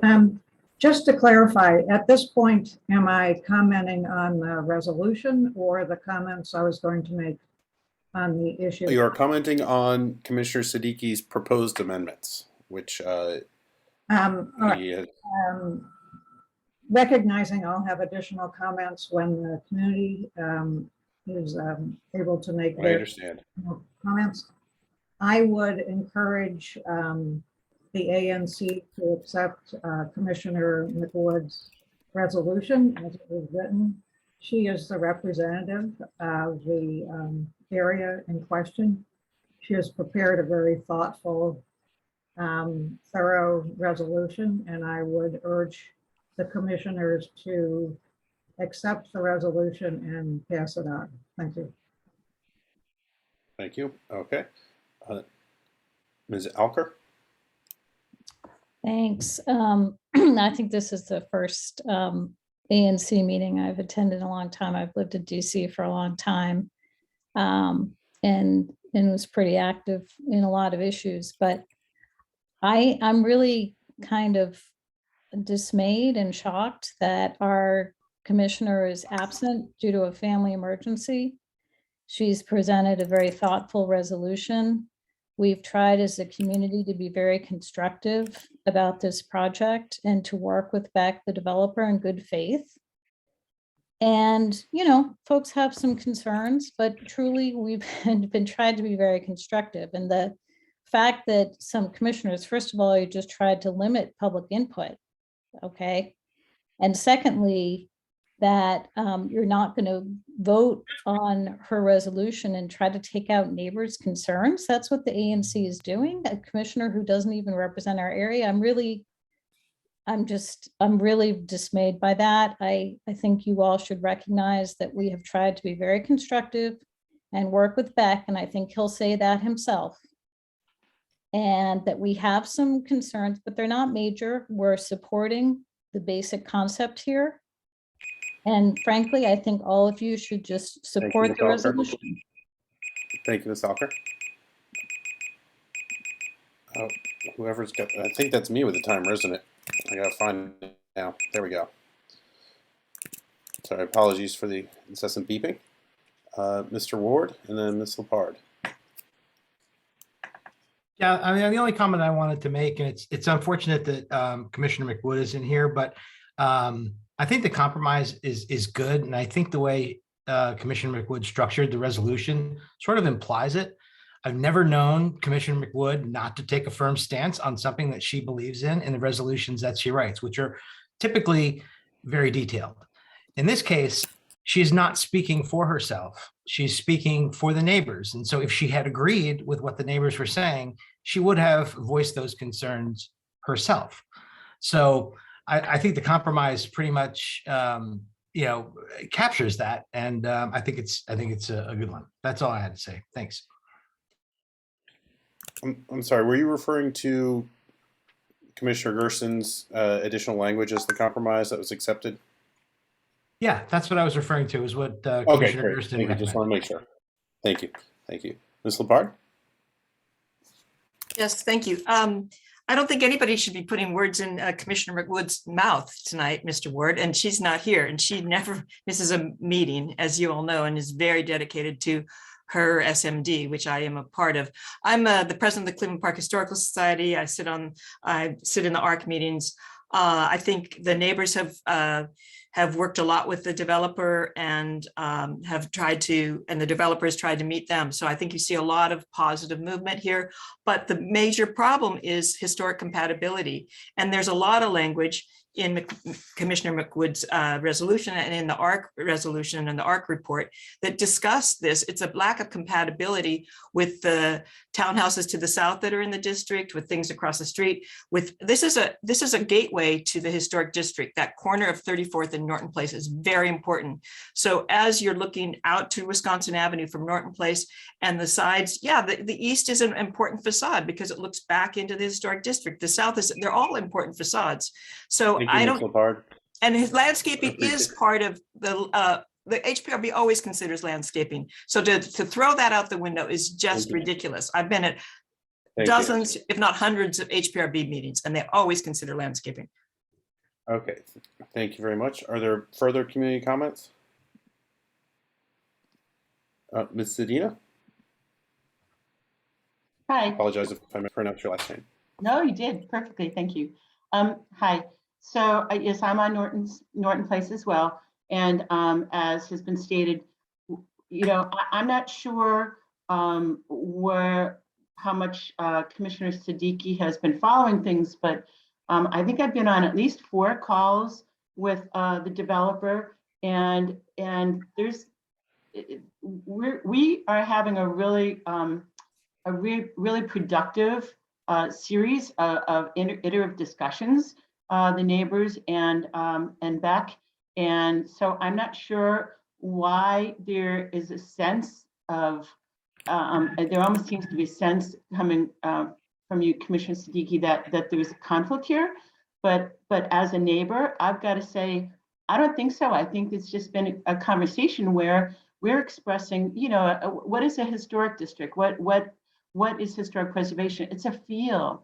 It's emotional. It's a sense that you get, you know, that of like history and beauty, and he's been great. Beck's, you know, he's changed colors, he's added design features. So I don't know if you have a sense that there's conflict, but I think if you're worried about conflict, you shouldn't, because we are having a great, you know, working relationship with him. Thank you, Ms. Adina. Is there any further comment from the community? Or from the applicant? Or anybody? Okay. Seeing none, is there any further discussion among commissioners before we vote on Commissioner Siddiqui's proposed amendments as amended by Commissioner Gersten? Sorry, I have one more. Could we see yours again, Commissioner Siddiqui? Just to take I will one share more. my screen again. So we have now put this back in, and Commissioner Gersten, there is, I've put that at the end. Okay. And I will also put this one back in. Let's see. So that one is back in now as well, but I will, this one I think I still had as removed.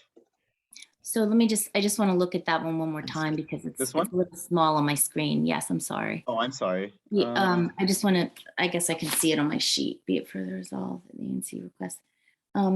So can we just talk about landscaping one more time? I'm just trying to understand the concern about what is the difficulty with mentioning the community concern with landscape? Because it does seem that in the historic district, I mean, that's a feature. So the community concerns are back in the resolution now in the whereas clause, which is fine. I think that's what everyone wanted. I've removed this one, which is the ANC's position on the lack of landscape. And again, that's purely because multifamily buildings in our neighborhood, you know, landscape is not, there's no requirement that there's a landscape on multifamily buildings in our historic district. I mean, so it's, in fact, I would even venture to say the majority of them probably don't, you know, have that level of detail. So that's why I recommend. Oh, sorry, I didn't mean to cut you off. No, please. But that was the reason for that. I keep trying to page up on the screen to see. Oh, I'm sorry. Another landscape one that you took out, and I just wanted to see where is the yard of the okay, be entirely with no allowance for landscaping. I mean, I guess what I would say about that is we're really just expressing the community, you know, in this resolution, we're expressing that the community cares that there is no landscaping, that there's a lot of paving. And I think it's important. I mean, people are living next to the structure, and I don't see anything wrong with mentioning the concern. I mean, again, HPRB is going to do what HPRB does. So I don't know why we would take that out. So, and I think I have to, you know, I don't want to, I mean, I have received fair criticism today, some of it warranted as well, because people clearly pointed out that it seemed as if I was not listening to community concerns and other things. But I also think there's a reason, you know, as an ANC, we have a responsibility to weigh positives and negatives of projects like this, even with regards to historic preservation. And, you know, while I totally understand that, you know, again, I'm very happy that the neighbors and Beck and Adam are all working together and doing really well. You know, I also think we as an ANC, if we have a belief that, you know, our neighborhood wants to welcome more people and wants to do it in an easy possible way, that we do make that process fluid. And so my, you know, again, my edits over here were from that regard into trying to figure out what were the most essential things. And so that's the reason behind that. And it's living in a multifamily building myself, just thinking about some of these things that are being proposed here. I mean, to me, if any of my people living in my building were here, they'd be like, do we not belong in the historic district? I mean, it's incredibly, it's something that I actually feel very passionate about, that when we welcome new people, it shouldn't be in the types of buildings they live in, or if the facade is good enough, or things like that. I love Cleveland Park. I love the historic feel of Cleveland Park, but I also live in Cleveland Park, and my building is also in Cleveland Park. And so what I really want us to do is I really want us to think about, like, when we welcome new people, and like, we should be true with our historic preservation principles, but not every multifamily building in the historic district has a rear yard and landscaping. Not every multifamily building has a 360-degree facade that looks exquisite.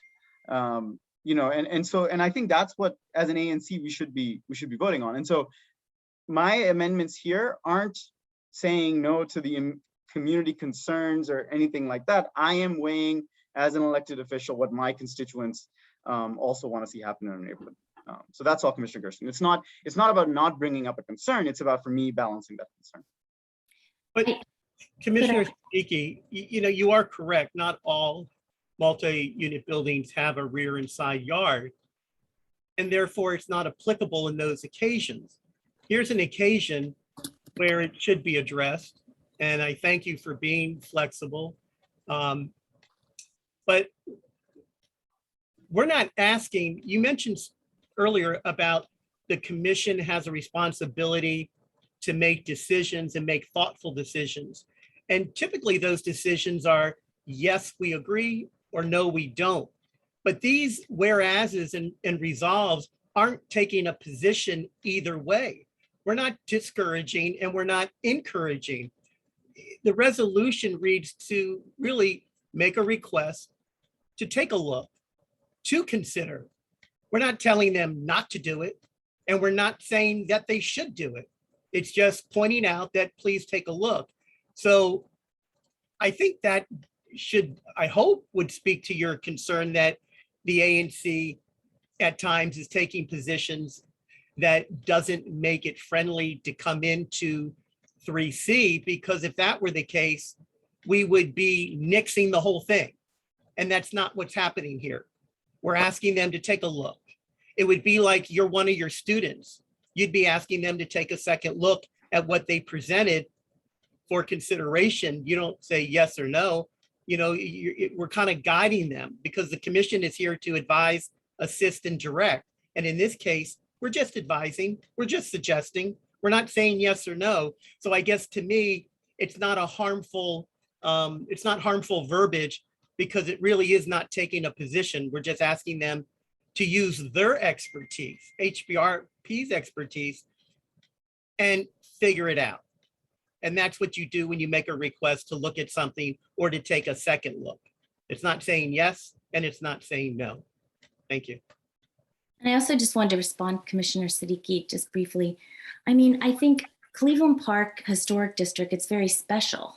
And you have this beautiful place. And I don't necessarily think that, by any stretch of the imagination, that it's at odds with, having a multifamily. That's not what I'm saying. It's at odds with having just paved parking lots with no landscaping.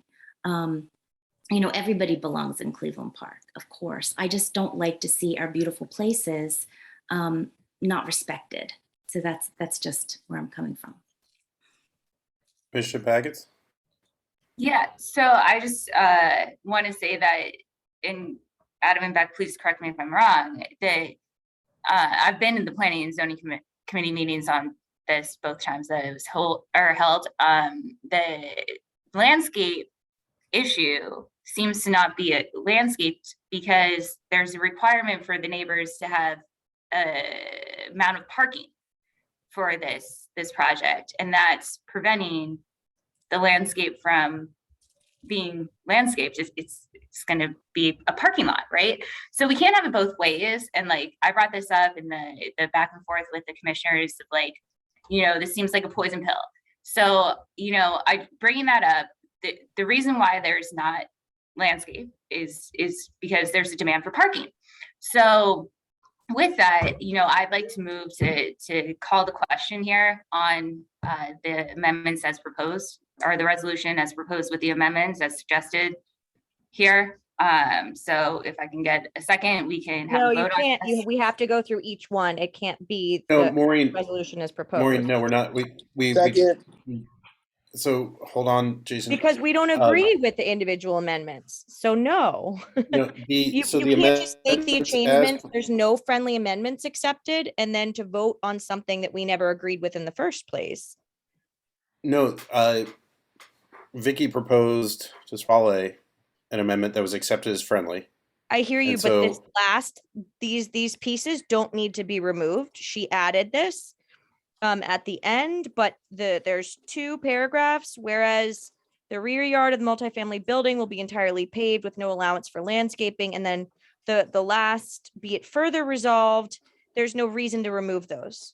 So Maureen, I was just trying to help us all agree, but if we don't agree, because it sounds, I was trying to go with many of Swale's changes, which I thought were fine.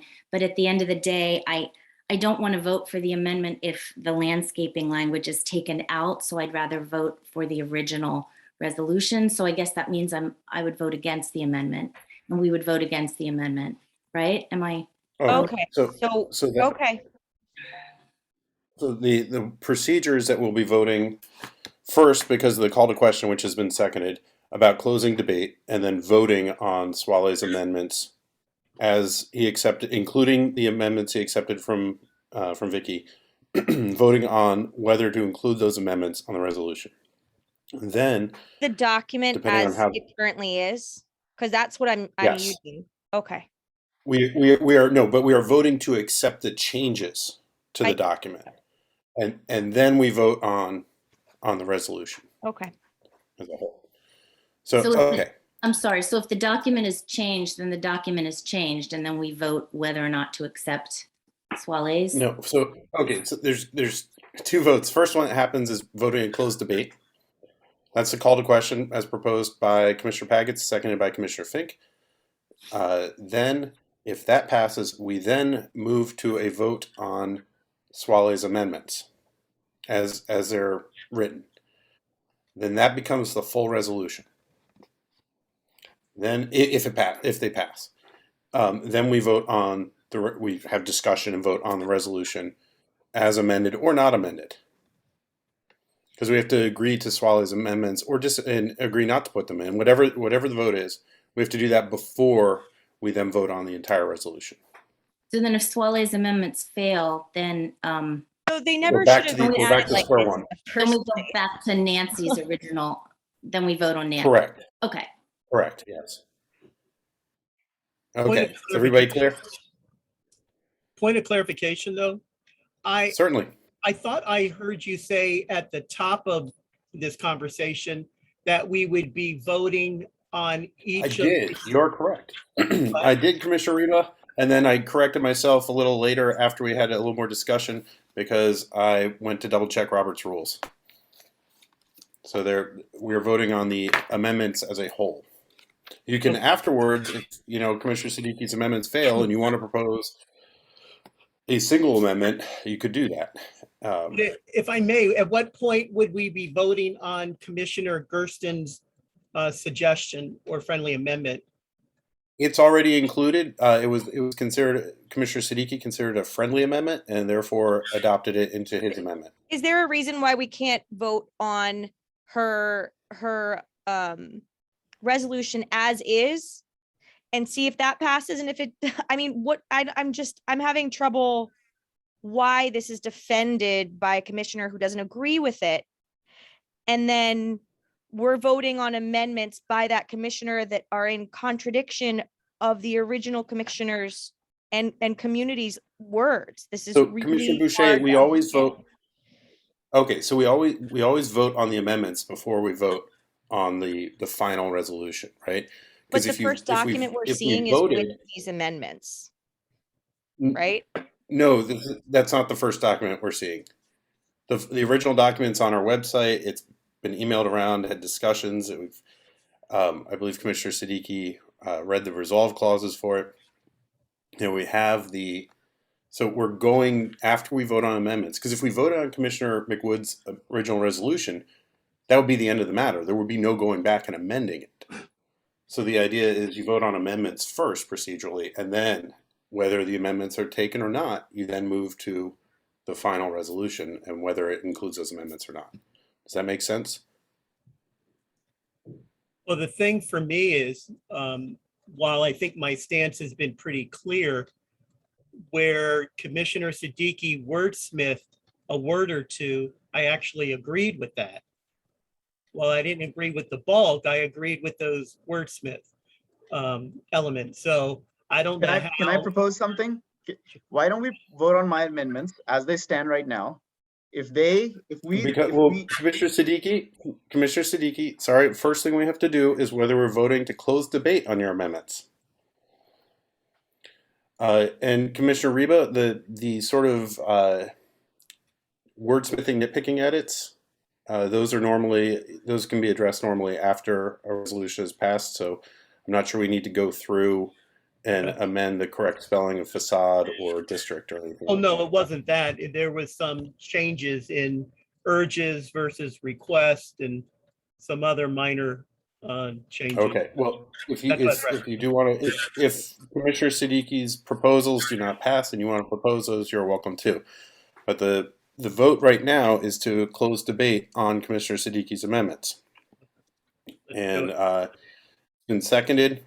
So all those in favor of closing debate on Commissioner Siddiqui's amendments, please raise your hand. 1, 2. I'm raising my hand. Okay. Okay. All those opposed? Commissioner Boucher, are you abstaining? Okay.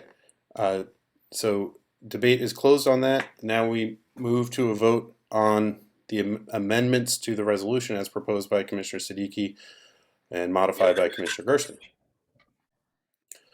All those in favor of Commissioner... Maureen, you're muted. Aren't those two different things? So one is his amendments. No. You're voting on them He together. accepted that as a friendly. So just if Accepted you don't agree with all of it, then vote no. Okay, thank you. Okay. So all those in favor of Commissioner Siddiqui's amendments as amended by Commissioner Gersten, please raise your hand. We do a roll call? We can do a roll call. Okay. So Rachel, will you do the honors?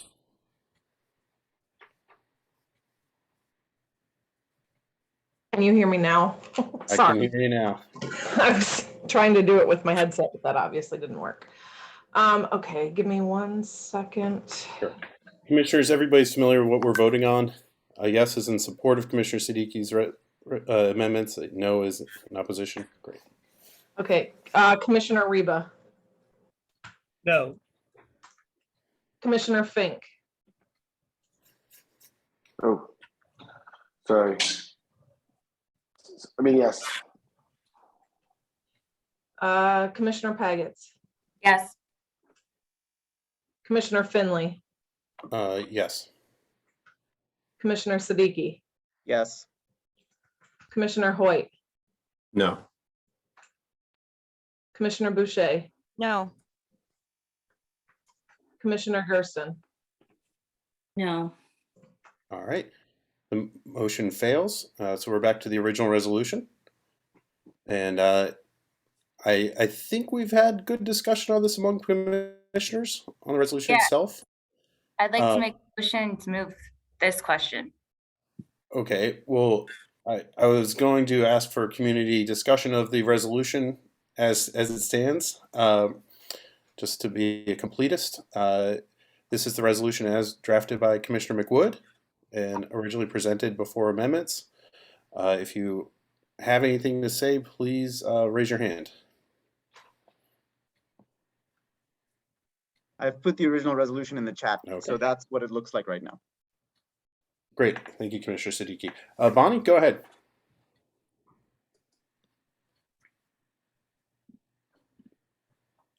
Sorry, Bonnie, you're gonna need to unmute. I did unmute, but you've also turned off, my host turned off my video at 9 p.m. So I've not been able to have my face shown. I guess you didn't want to look at it, but anyway, Nancy. No, I don't know what's going on there. I've asked you to start your video again. If Oh, you'd now like. they're going to let me back on. Okay, after 20 minutes. Okay. No, it's not a let. Well, it did say the host had turned me off until just now. Anyway, so Nancy McWood represents this where this project is being proposed. She's knows historic compatibility very, very well, and all the guidelines backwards and forwards. She is speaking. We all wish she could be here. A family emergency in California. This is very unusual for her not to be here. But I just want you to give credence to the historic compatibility issues as the ARC has laid them out, as the guidelines laid them out. And when you mention, Commissioner Siddiqui, that not every multifamily house can have landscaping, and that I get that, that's true, and it's too bad, but you have an opportunity here. So when you have the opportunity, why not grab it? You've got the side yard, you've got some backyard. It's not about the parking spots. There's opportunities here. And this is the gateway to the historic district. It's a big, big lot, a big opportunity. It faces south to the district. It faces east to the district. And so why wouldn't you listen to the neighbors? Have moved a lot, the developers moved a lot, but there's still issues left. So leave those concerns in there. Leave Nancy McWood's resolution as it is, because she represents us. To have other commissioners rewrite it or speak for not their SMD, I think is wrong. Thank you. Thank you. I'm going to try to find my timer really quickly. Stop that because we did. Okay, thanks, Bonnie. John?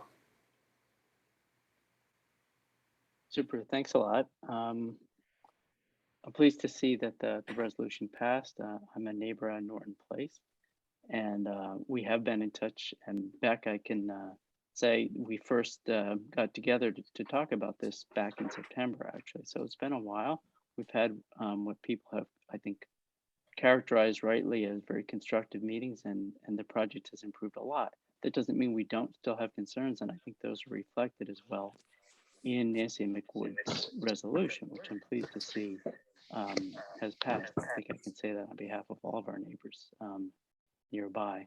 So let me be very clear about what we do support, because it came up well. There's a lot of criticism, but we do support moving the existing house to the lot, so it will be on Norton Place. We support the current size of the proposed condo building. We acknowledge, we see the project has improved, but that it still requires some design tweaks precisely to make it more compatible with the historic context. So overall, we're very pleased with the progress. We really appreciate Beck and the developer's engagement with us and his responsiveness. And just to sum up, we support Commissioner McWood's proposed resolution, and we're very glad that it passed. Thanks a lot. Thank you. Just to clarify, it hasn't passed yet. We still have to vote on it. The amendment to it as proposed by Commissioner Siddiqui did not pass. Okay, Ms. Zadina. Yeah, I just want to say that I'm very proud of living in the District of Columbia, where we have a democratic process, and it's been really great to be part of that process over, as I said, I think this is my 5th meeting, and I think that is, I've worked overseas in undemocratic places, and I've always told people that, I think what sets us apart is rule of law and voice of the community. And so this has been a great opportunity, and Nancy McWood's resolution has captured that wonderful democratic process that we've all taken place in. So I hope that you all continue to uphold that. Thank you. Thank you, Ms. Zadina. Ms. Hobbs? Thank you. Again, I want to start with a question. Are we just commenting on the resolution at this point? Because I have broader questions. Well, in that regard, I would urge that the resolution from the commissioner who represents this neighborhood be passed as she noted. Okay. What questions did you have? Well, more comments when we get to the general comments. This is the general comments. Okay, so I wanted to present the findings of the Architectural Review Committee? Is this the time to do this? I think we're all familiar with them as we've received them. Okay, well, let me just highlight a few because we've touched on some of these issues, but maybe not all of them. In terms of who I am, I'm co-chair of the ARC and also a resident of Norton Place, but I'm here speaking on behalf of the ARC. The 3427 Wisconsin Avenue project is a contributing structure, as is the garage. The proposal, which we support and which John has also mentioned, we support the relocation of the house and the garage, and we support the reduced width of the driveway, and we have no objection to the size of a multifamily building. But the ARC has some very serious concerns about the design of the multifamily building and the compatibility with the historic district. That corner is such a prominent location, and it's one of the entrances to the historic district. What is proposed, we feel, is a missed opportunity. The building needs to assert itself on that corner. The design should take its cues from the townhouses across the street in Norton and to the south in Wisconsin. We feel the window placement needs improvement as it looks very arbitrary at this point. Ms. Hobbs, to the extent, in the interest of time, you know, I believe Commissioner McWood incorporated some of what the ARC filed with ANC 3C, and I understand you'll be filing all that with HPRB as well. Yes, we will. So I thank you for reiterating the ARC's findings. I appreciate that. In the interest of time, though, I'd like to move on to Ms. Pedalowski. Okay. Thank you.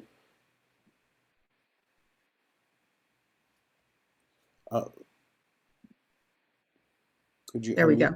Yes, sorry. I feel like this was a very close call and it was very dismaying. We got a close majority, I think, of people who decided that the changes were not acceptable. And I hope that you all will listen to this particular neighborhood and its residents and vote for the resolution as it was originally written.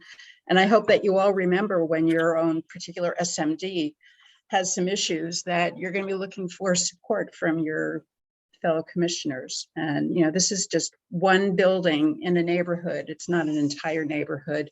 It's not even affordable housing.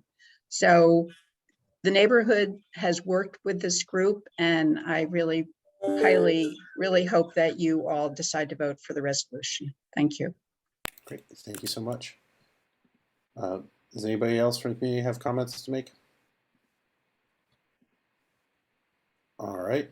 Are we okay moving forward to a vote on the resolution? Commissioners? All right. So make a motion to move for vote. You don't need to. You already moved the resolution. It was seconded earlier. Thank you, though. Okay, so commissioners, all those in favor of the resolution as proposed by Commissioner Siddiqui on behalf of Commissioner McWood? I'd like to do a roll call. Okay, that's fine. Thank you. All right, Rachel, could you do the honors? Yes. Commissioner Reba. Yes. Commissioner Fink.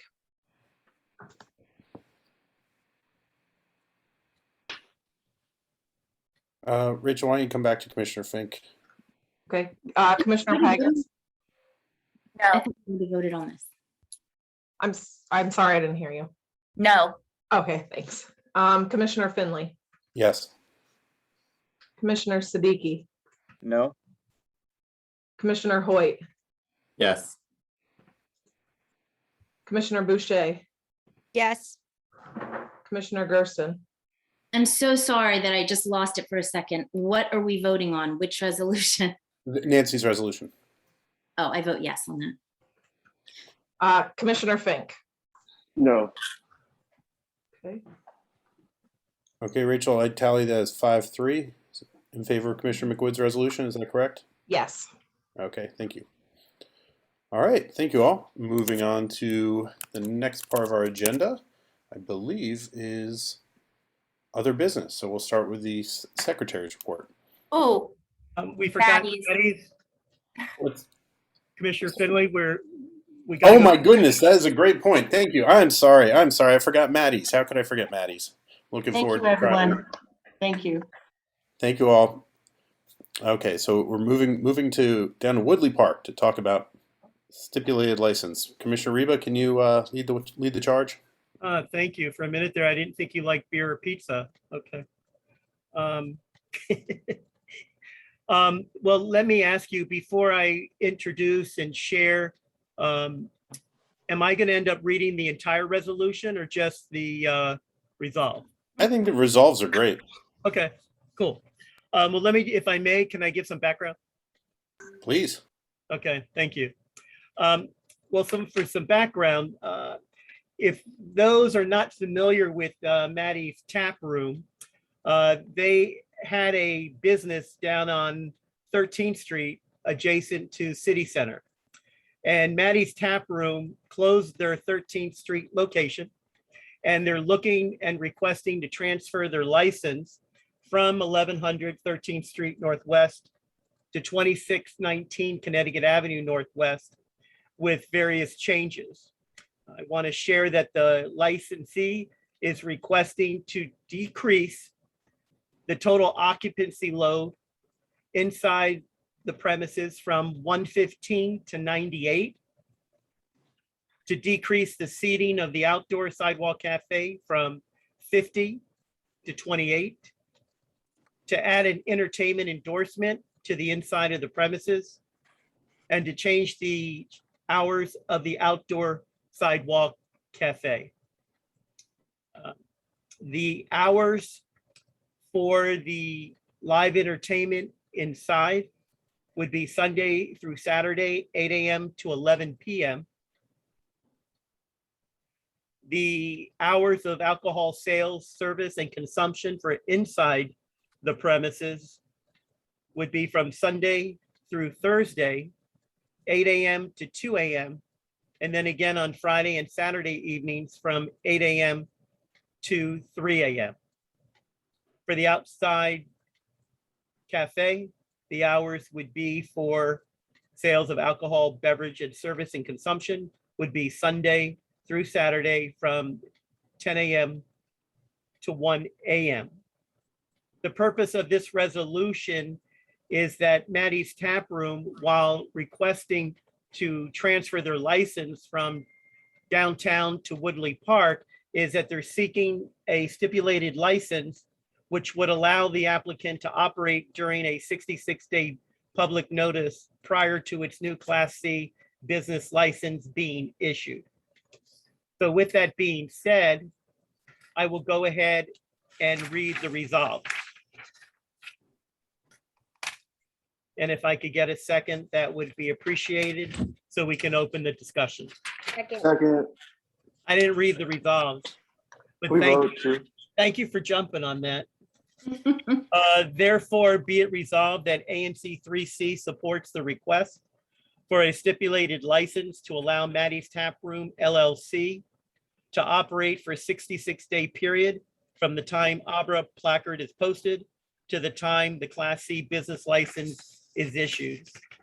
Be it further resolved that the chair and commissioner for ANC 3C01 and/or their designees are authorized to represent ANC 3C on this matter.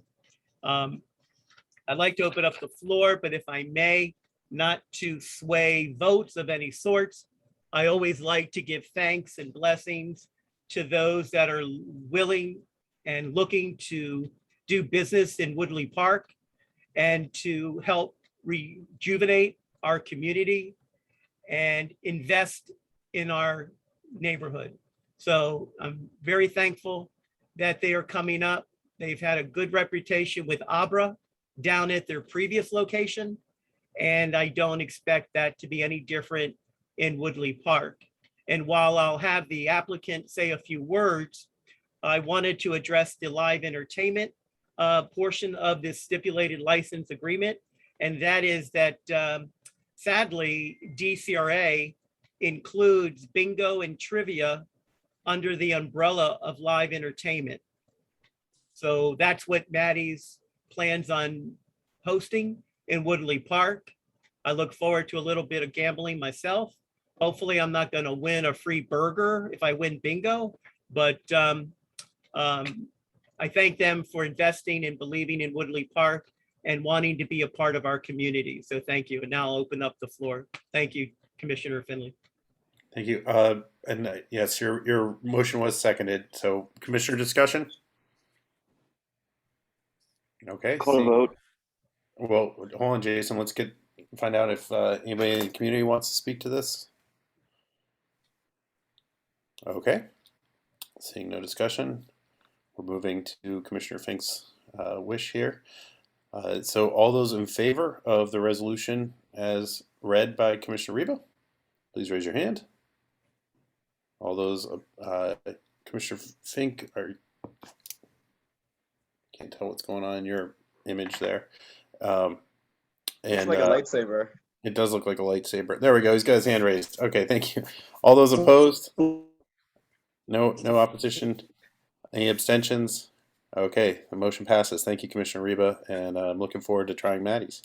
Thanks, everybody. Sorry I was late. I was dealing with something. Oh, no problem at all. Thank you. We were running late. Get in there. Okay, so thank you. Now, Commissioner Reba, Secretary Reba, could you present your secretary's report? Well, I sent out the draft minutes this afternoon. Thank you, Commissioner Finley. So if there are no objections or changes needed, I'd like to move the December 13th, 2021 minutes of the ANC 3C. Second. Okay, any discussion, folks? Commissioner Fink, were you present at the meeting? The December meeting?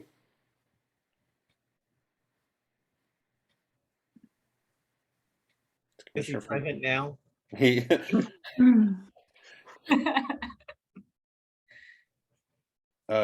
Jason, if you can hear me, blink twice. That won't help. I thought Commissioner Fink was at the meeting last month, and I see in the minutes he's listed as absent. But yeah, okay. Any further discussion on the minutes? No. Well, what are we going to do about the question on the table? About whether, because I wasn't at the December meeting, so I don't know whether Commissioner Fink was present or not. And if that's a change we can make after we conclude this evening, then maybe we just move forward and make that adjustment as needed. I didn't have him there. Oh, I think he was present. Oh, okay. So because he didn't even do the SMD report either. Okay. I mean, that's at the end. No, I know, but we had a very small number. We had just enough for quorum last meeting. That's why I know specifically. Oh, okay, great. Okay, well then. Is that something? Was there a mistake? Did I have to? Does that need to be adjusted? I'm checking now. We have the tape, so If there's a mistake, we can address it later. The video is online. I think that's a mistake. It's okay to address later. It looks like we've lost Commissioner Fink in this meeting, though. I think maybe his phone turns into a pumpkin. But okay. Thank you for bringing awareness, Commissioner. Thank you. So let's go ahead and vote on the minutes, and if there is a mistake that we can fix later, we'll fix it later, because we won't be adding anything substantive, but we do want to be correct. Okay, all those in favor of the minutes, please raise your hand. All those opposed? All those abstaining? Okay, great. Passes. Thank you, Secretary Reba, and welcome back. All right, now I believe we're now at the Treasurer's Report. Commissioner Siddiqui, Treasurer Siddiqui. Yes, two important items. I would like to push for approval for the quarterly financial report for ANC 3C for fiscal year 2022 QFR 1. I'll second that if it needs it. Thank you. All those in favor, oh, by the way, Gottlieb Simon, former director of the Office of ANCs, says that it's always in order to correct past minutes. So thank you, Gottlieb, and it's good to see you virtually. All those in favor of Treasurer Siddiqui's motion, please raise your hand. Thank you. All those opposed, see no opposition. All those abstaining. All right, the motion passes. And now we move on to. Wait, I have one more thing, Commissioner Finley. Yes. Oh, sorry. My apologies. We can't sign any checks until the security fund application is approved, but we still should approve the expenditures of 4 items that'll take place. Our administrator, Rachel Warsham's December 2021 pay, which is a total of $515.68. Virginia taxes, which is $44.98. DCUI, which is $37.63, and DCPFL, which is $11.11. Great, thank you. And so you're moving that, so you need a second? Second. Okay. All those in favor of the paying our bills, as enumerated by Treasurer Siddiqui, please raise your hand. All those opposed? Pay mine too. And any abstentions? It passes. Okay, thank you. And now we'll move on to SMD reports. Commissioner Reba, do you want to kick us off? All right, let me go. Thank you. Let me go fairly quickly here based on the hour of the evening. I wanted to give an update on Humps Palace. The former Starbucks location has finally received their certificate of occupancy from DCRA, and now they're just waiting on the health department inspection, so they should be opening up any day.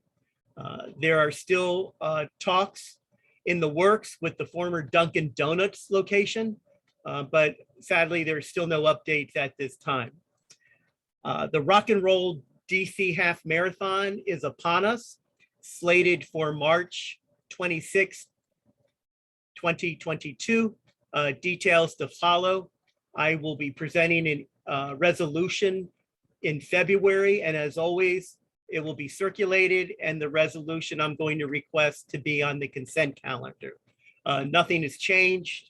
All the stats and details are pretty much the same as I'm beginning to review the document. So look for that resolution for next month. I had a couple of concerns regarding the Marriott property. Nothing's happened yet, obviously, but as that development moves forward, there is concern with a number of Woodley Park residents east, and I repeat, east of Connecticut Avenue, with trucks, because every time there's been construction or work at the Marriott, trucks and construction trucks and other vendors come down Woodley Road, and they end up having to cross Connecticut Avenue and go down Woodley Road, either onto Cathedral, or they end up making 3-point turns at Woodley Place and Woodley Road to come back up Woodley Road to make a right onto Connecticut to go up Connecticut versus making a left at Connecticut when they first come down. And this is an issue I'm going to have to speak with DDOT and Christian, because anybody familiar with that intersection at Woodley Road and Connecticut, there's a very, very old light box dating back to the 70s, 60s that says no left turn onto Connecticut Avenue. So we're gonna have to really look at that when the construction begins at the Marriott property, because these trucks going down and crossing Connecticut have really created a havoc in the past in the residential area as they're trying to maneuver to get back onto Connecticut, since they can't make a left at Connecticut. And I hope that made sense to you. I've already given the COVID testing opportunities. And I just want to put out there for those that are still on the line and joining us this evening, based on the current forecast, DPW sent out a notification today saying that trash, recycling, and Christmas tree collections and drop-offs will continue as scheduled. The ability to maintain these collections will really be based on the actual amount of snow we receive overnight and tomorrow. And I'm going to put this in our chat, but if anybody has any questions regarding the update and anticipated delays, I'm gonna put this, it's www.snow.dc.gov, where they can receive updated information. I believe that concludes my SMD report, and I yield back my time to you. Thank you, Commissioner.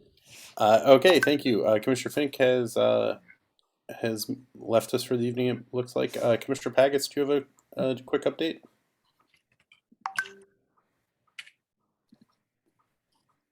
Okay. I'll pass in the interest of time, but I will be taking up some things with the transport committee that are happening in my area. So more to come. Thank you. Quick update for 3CO4. Femme Fatale, I believe, closed. Unfortunately, they were pop up in the old Wake Up Little Susie spot.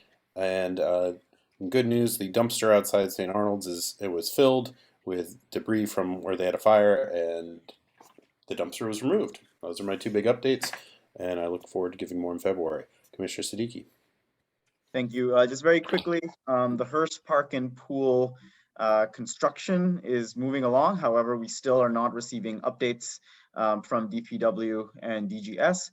In particular, community has raised concerns, many concerns about the process. Thank you, Commissioner Boucher, for the live visuals. Has raised many concerns about the process, including the addition of incredibly bright lights now that don't get turned off. There's a number of other safety concerns. I've written a letter to them, including Councilmember Che and Councilmember White. I hope to get a response. As I do, I will let the community know. If I may, real quick, Commissioner, did you write letters to DPW, and who did you actually write the letter to, so I can make note in the minutes? Sorry. Of course, Commissioner Riva. I wrote to the directors of DPW, DGS, and I also wrote the same letter to Council Members Che and Council Member Robert White. Okay, you didn't write one letter and copy the others. You wrote individual letters to all? It was one letter to all of them at the top. Okay, thank you.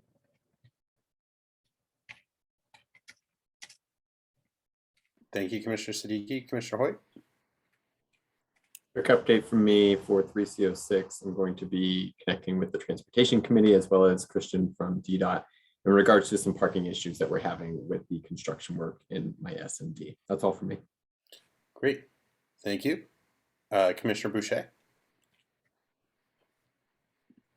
The only thing that I really want to say tonight is thank you very much to the mayor and the COVID task force and all the people working tirelessly to get tests into the hands of constituents in Ward 3.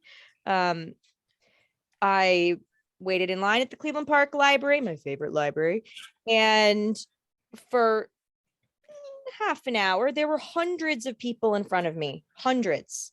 And it was laughable walking up the street blocks from the library, but to see that many people coming out, taking their time to get the tests and making sure people are safe in our community is huge. So thank you to the community, thank you to the mayor, and thank you to the COVID task force. And I will share more next month. Great, thank you, Commissioner Boucher. Commissioner Gersten. So I need to announce that this will be my last ANC meeting as a commissioner. I'm resigning my post, and I trust that someone else will step up and do this work.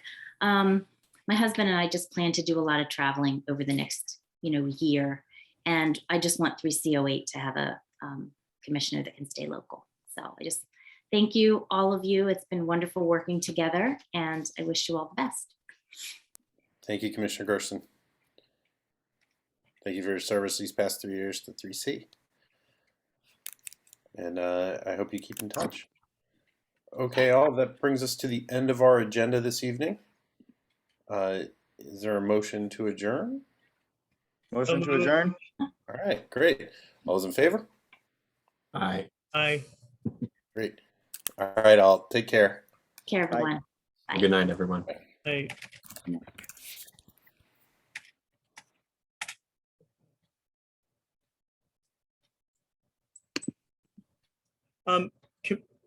Bo? Yeah. I can reach out to Adam, but I missed what Adam had said when he said he was going to connect with the Transportation Committee and DDOT regarding what issues? Unfortunately, I did too. Okay. Sorry. Okay, I could barely hear him. All right, I'll double check with Rachel and check back with him as well. So Okay. thank you. All right. Take care, Lee Brian. Have a great night. Thank you for everything this evening. You too. Bye.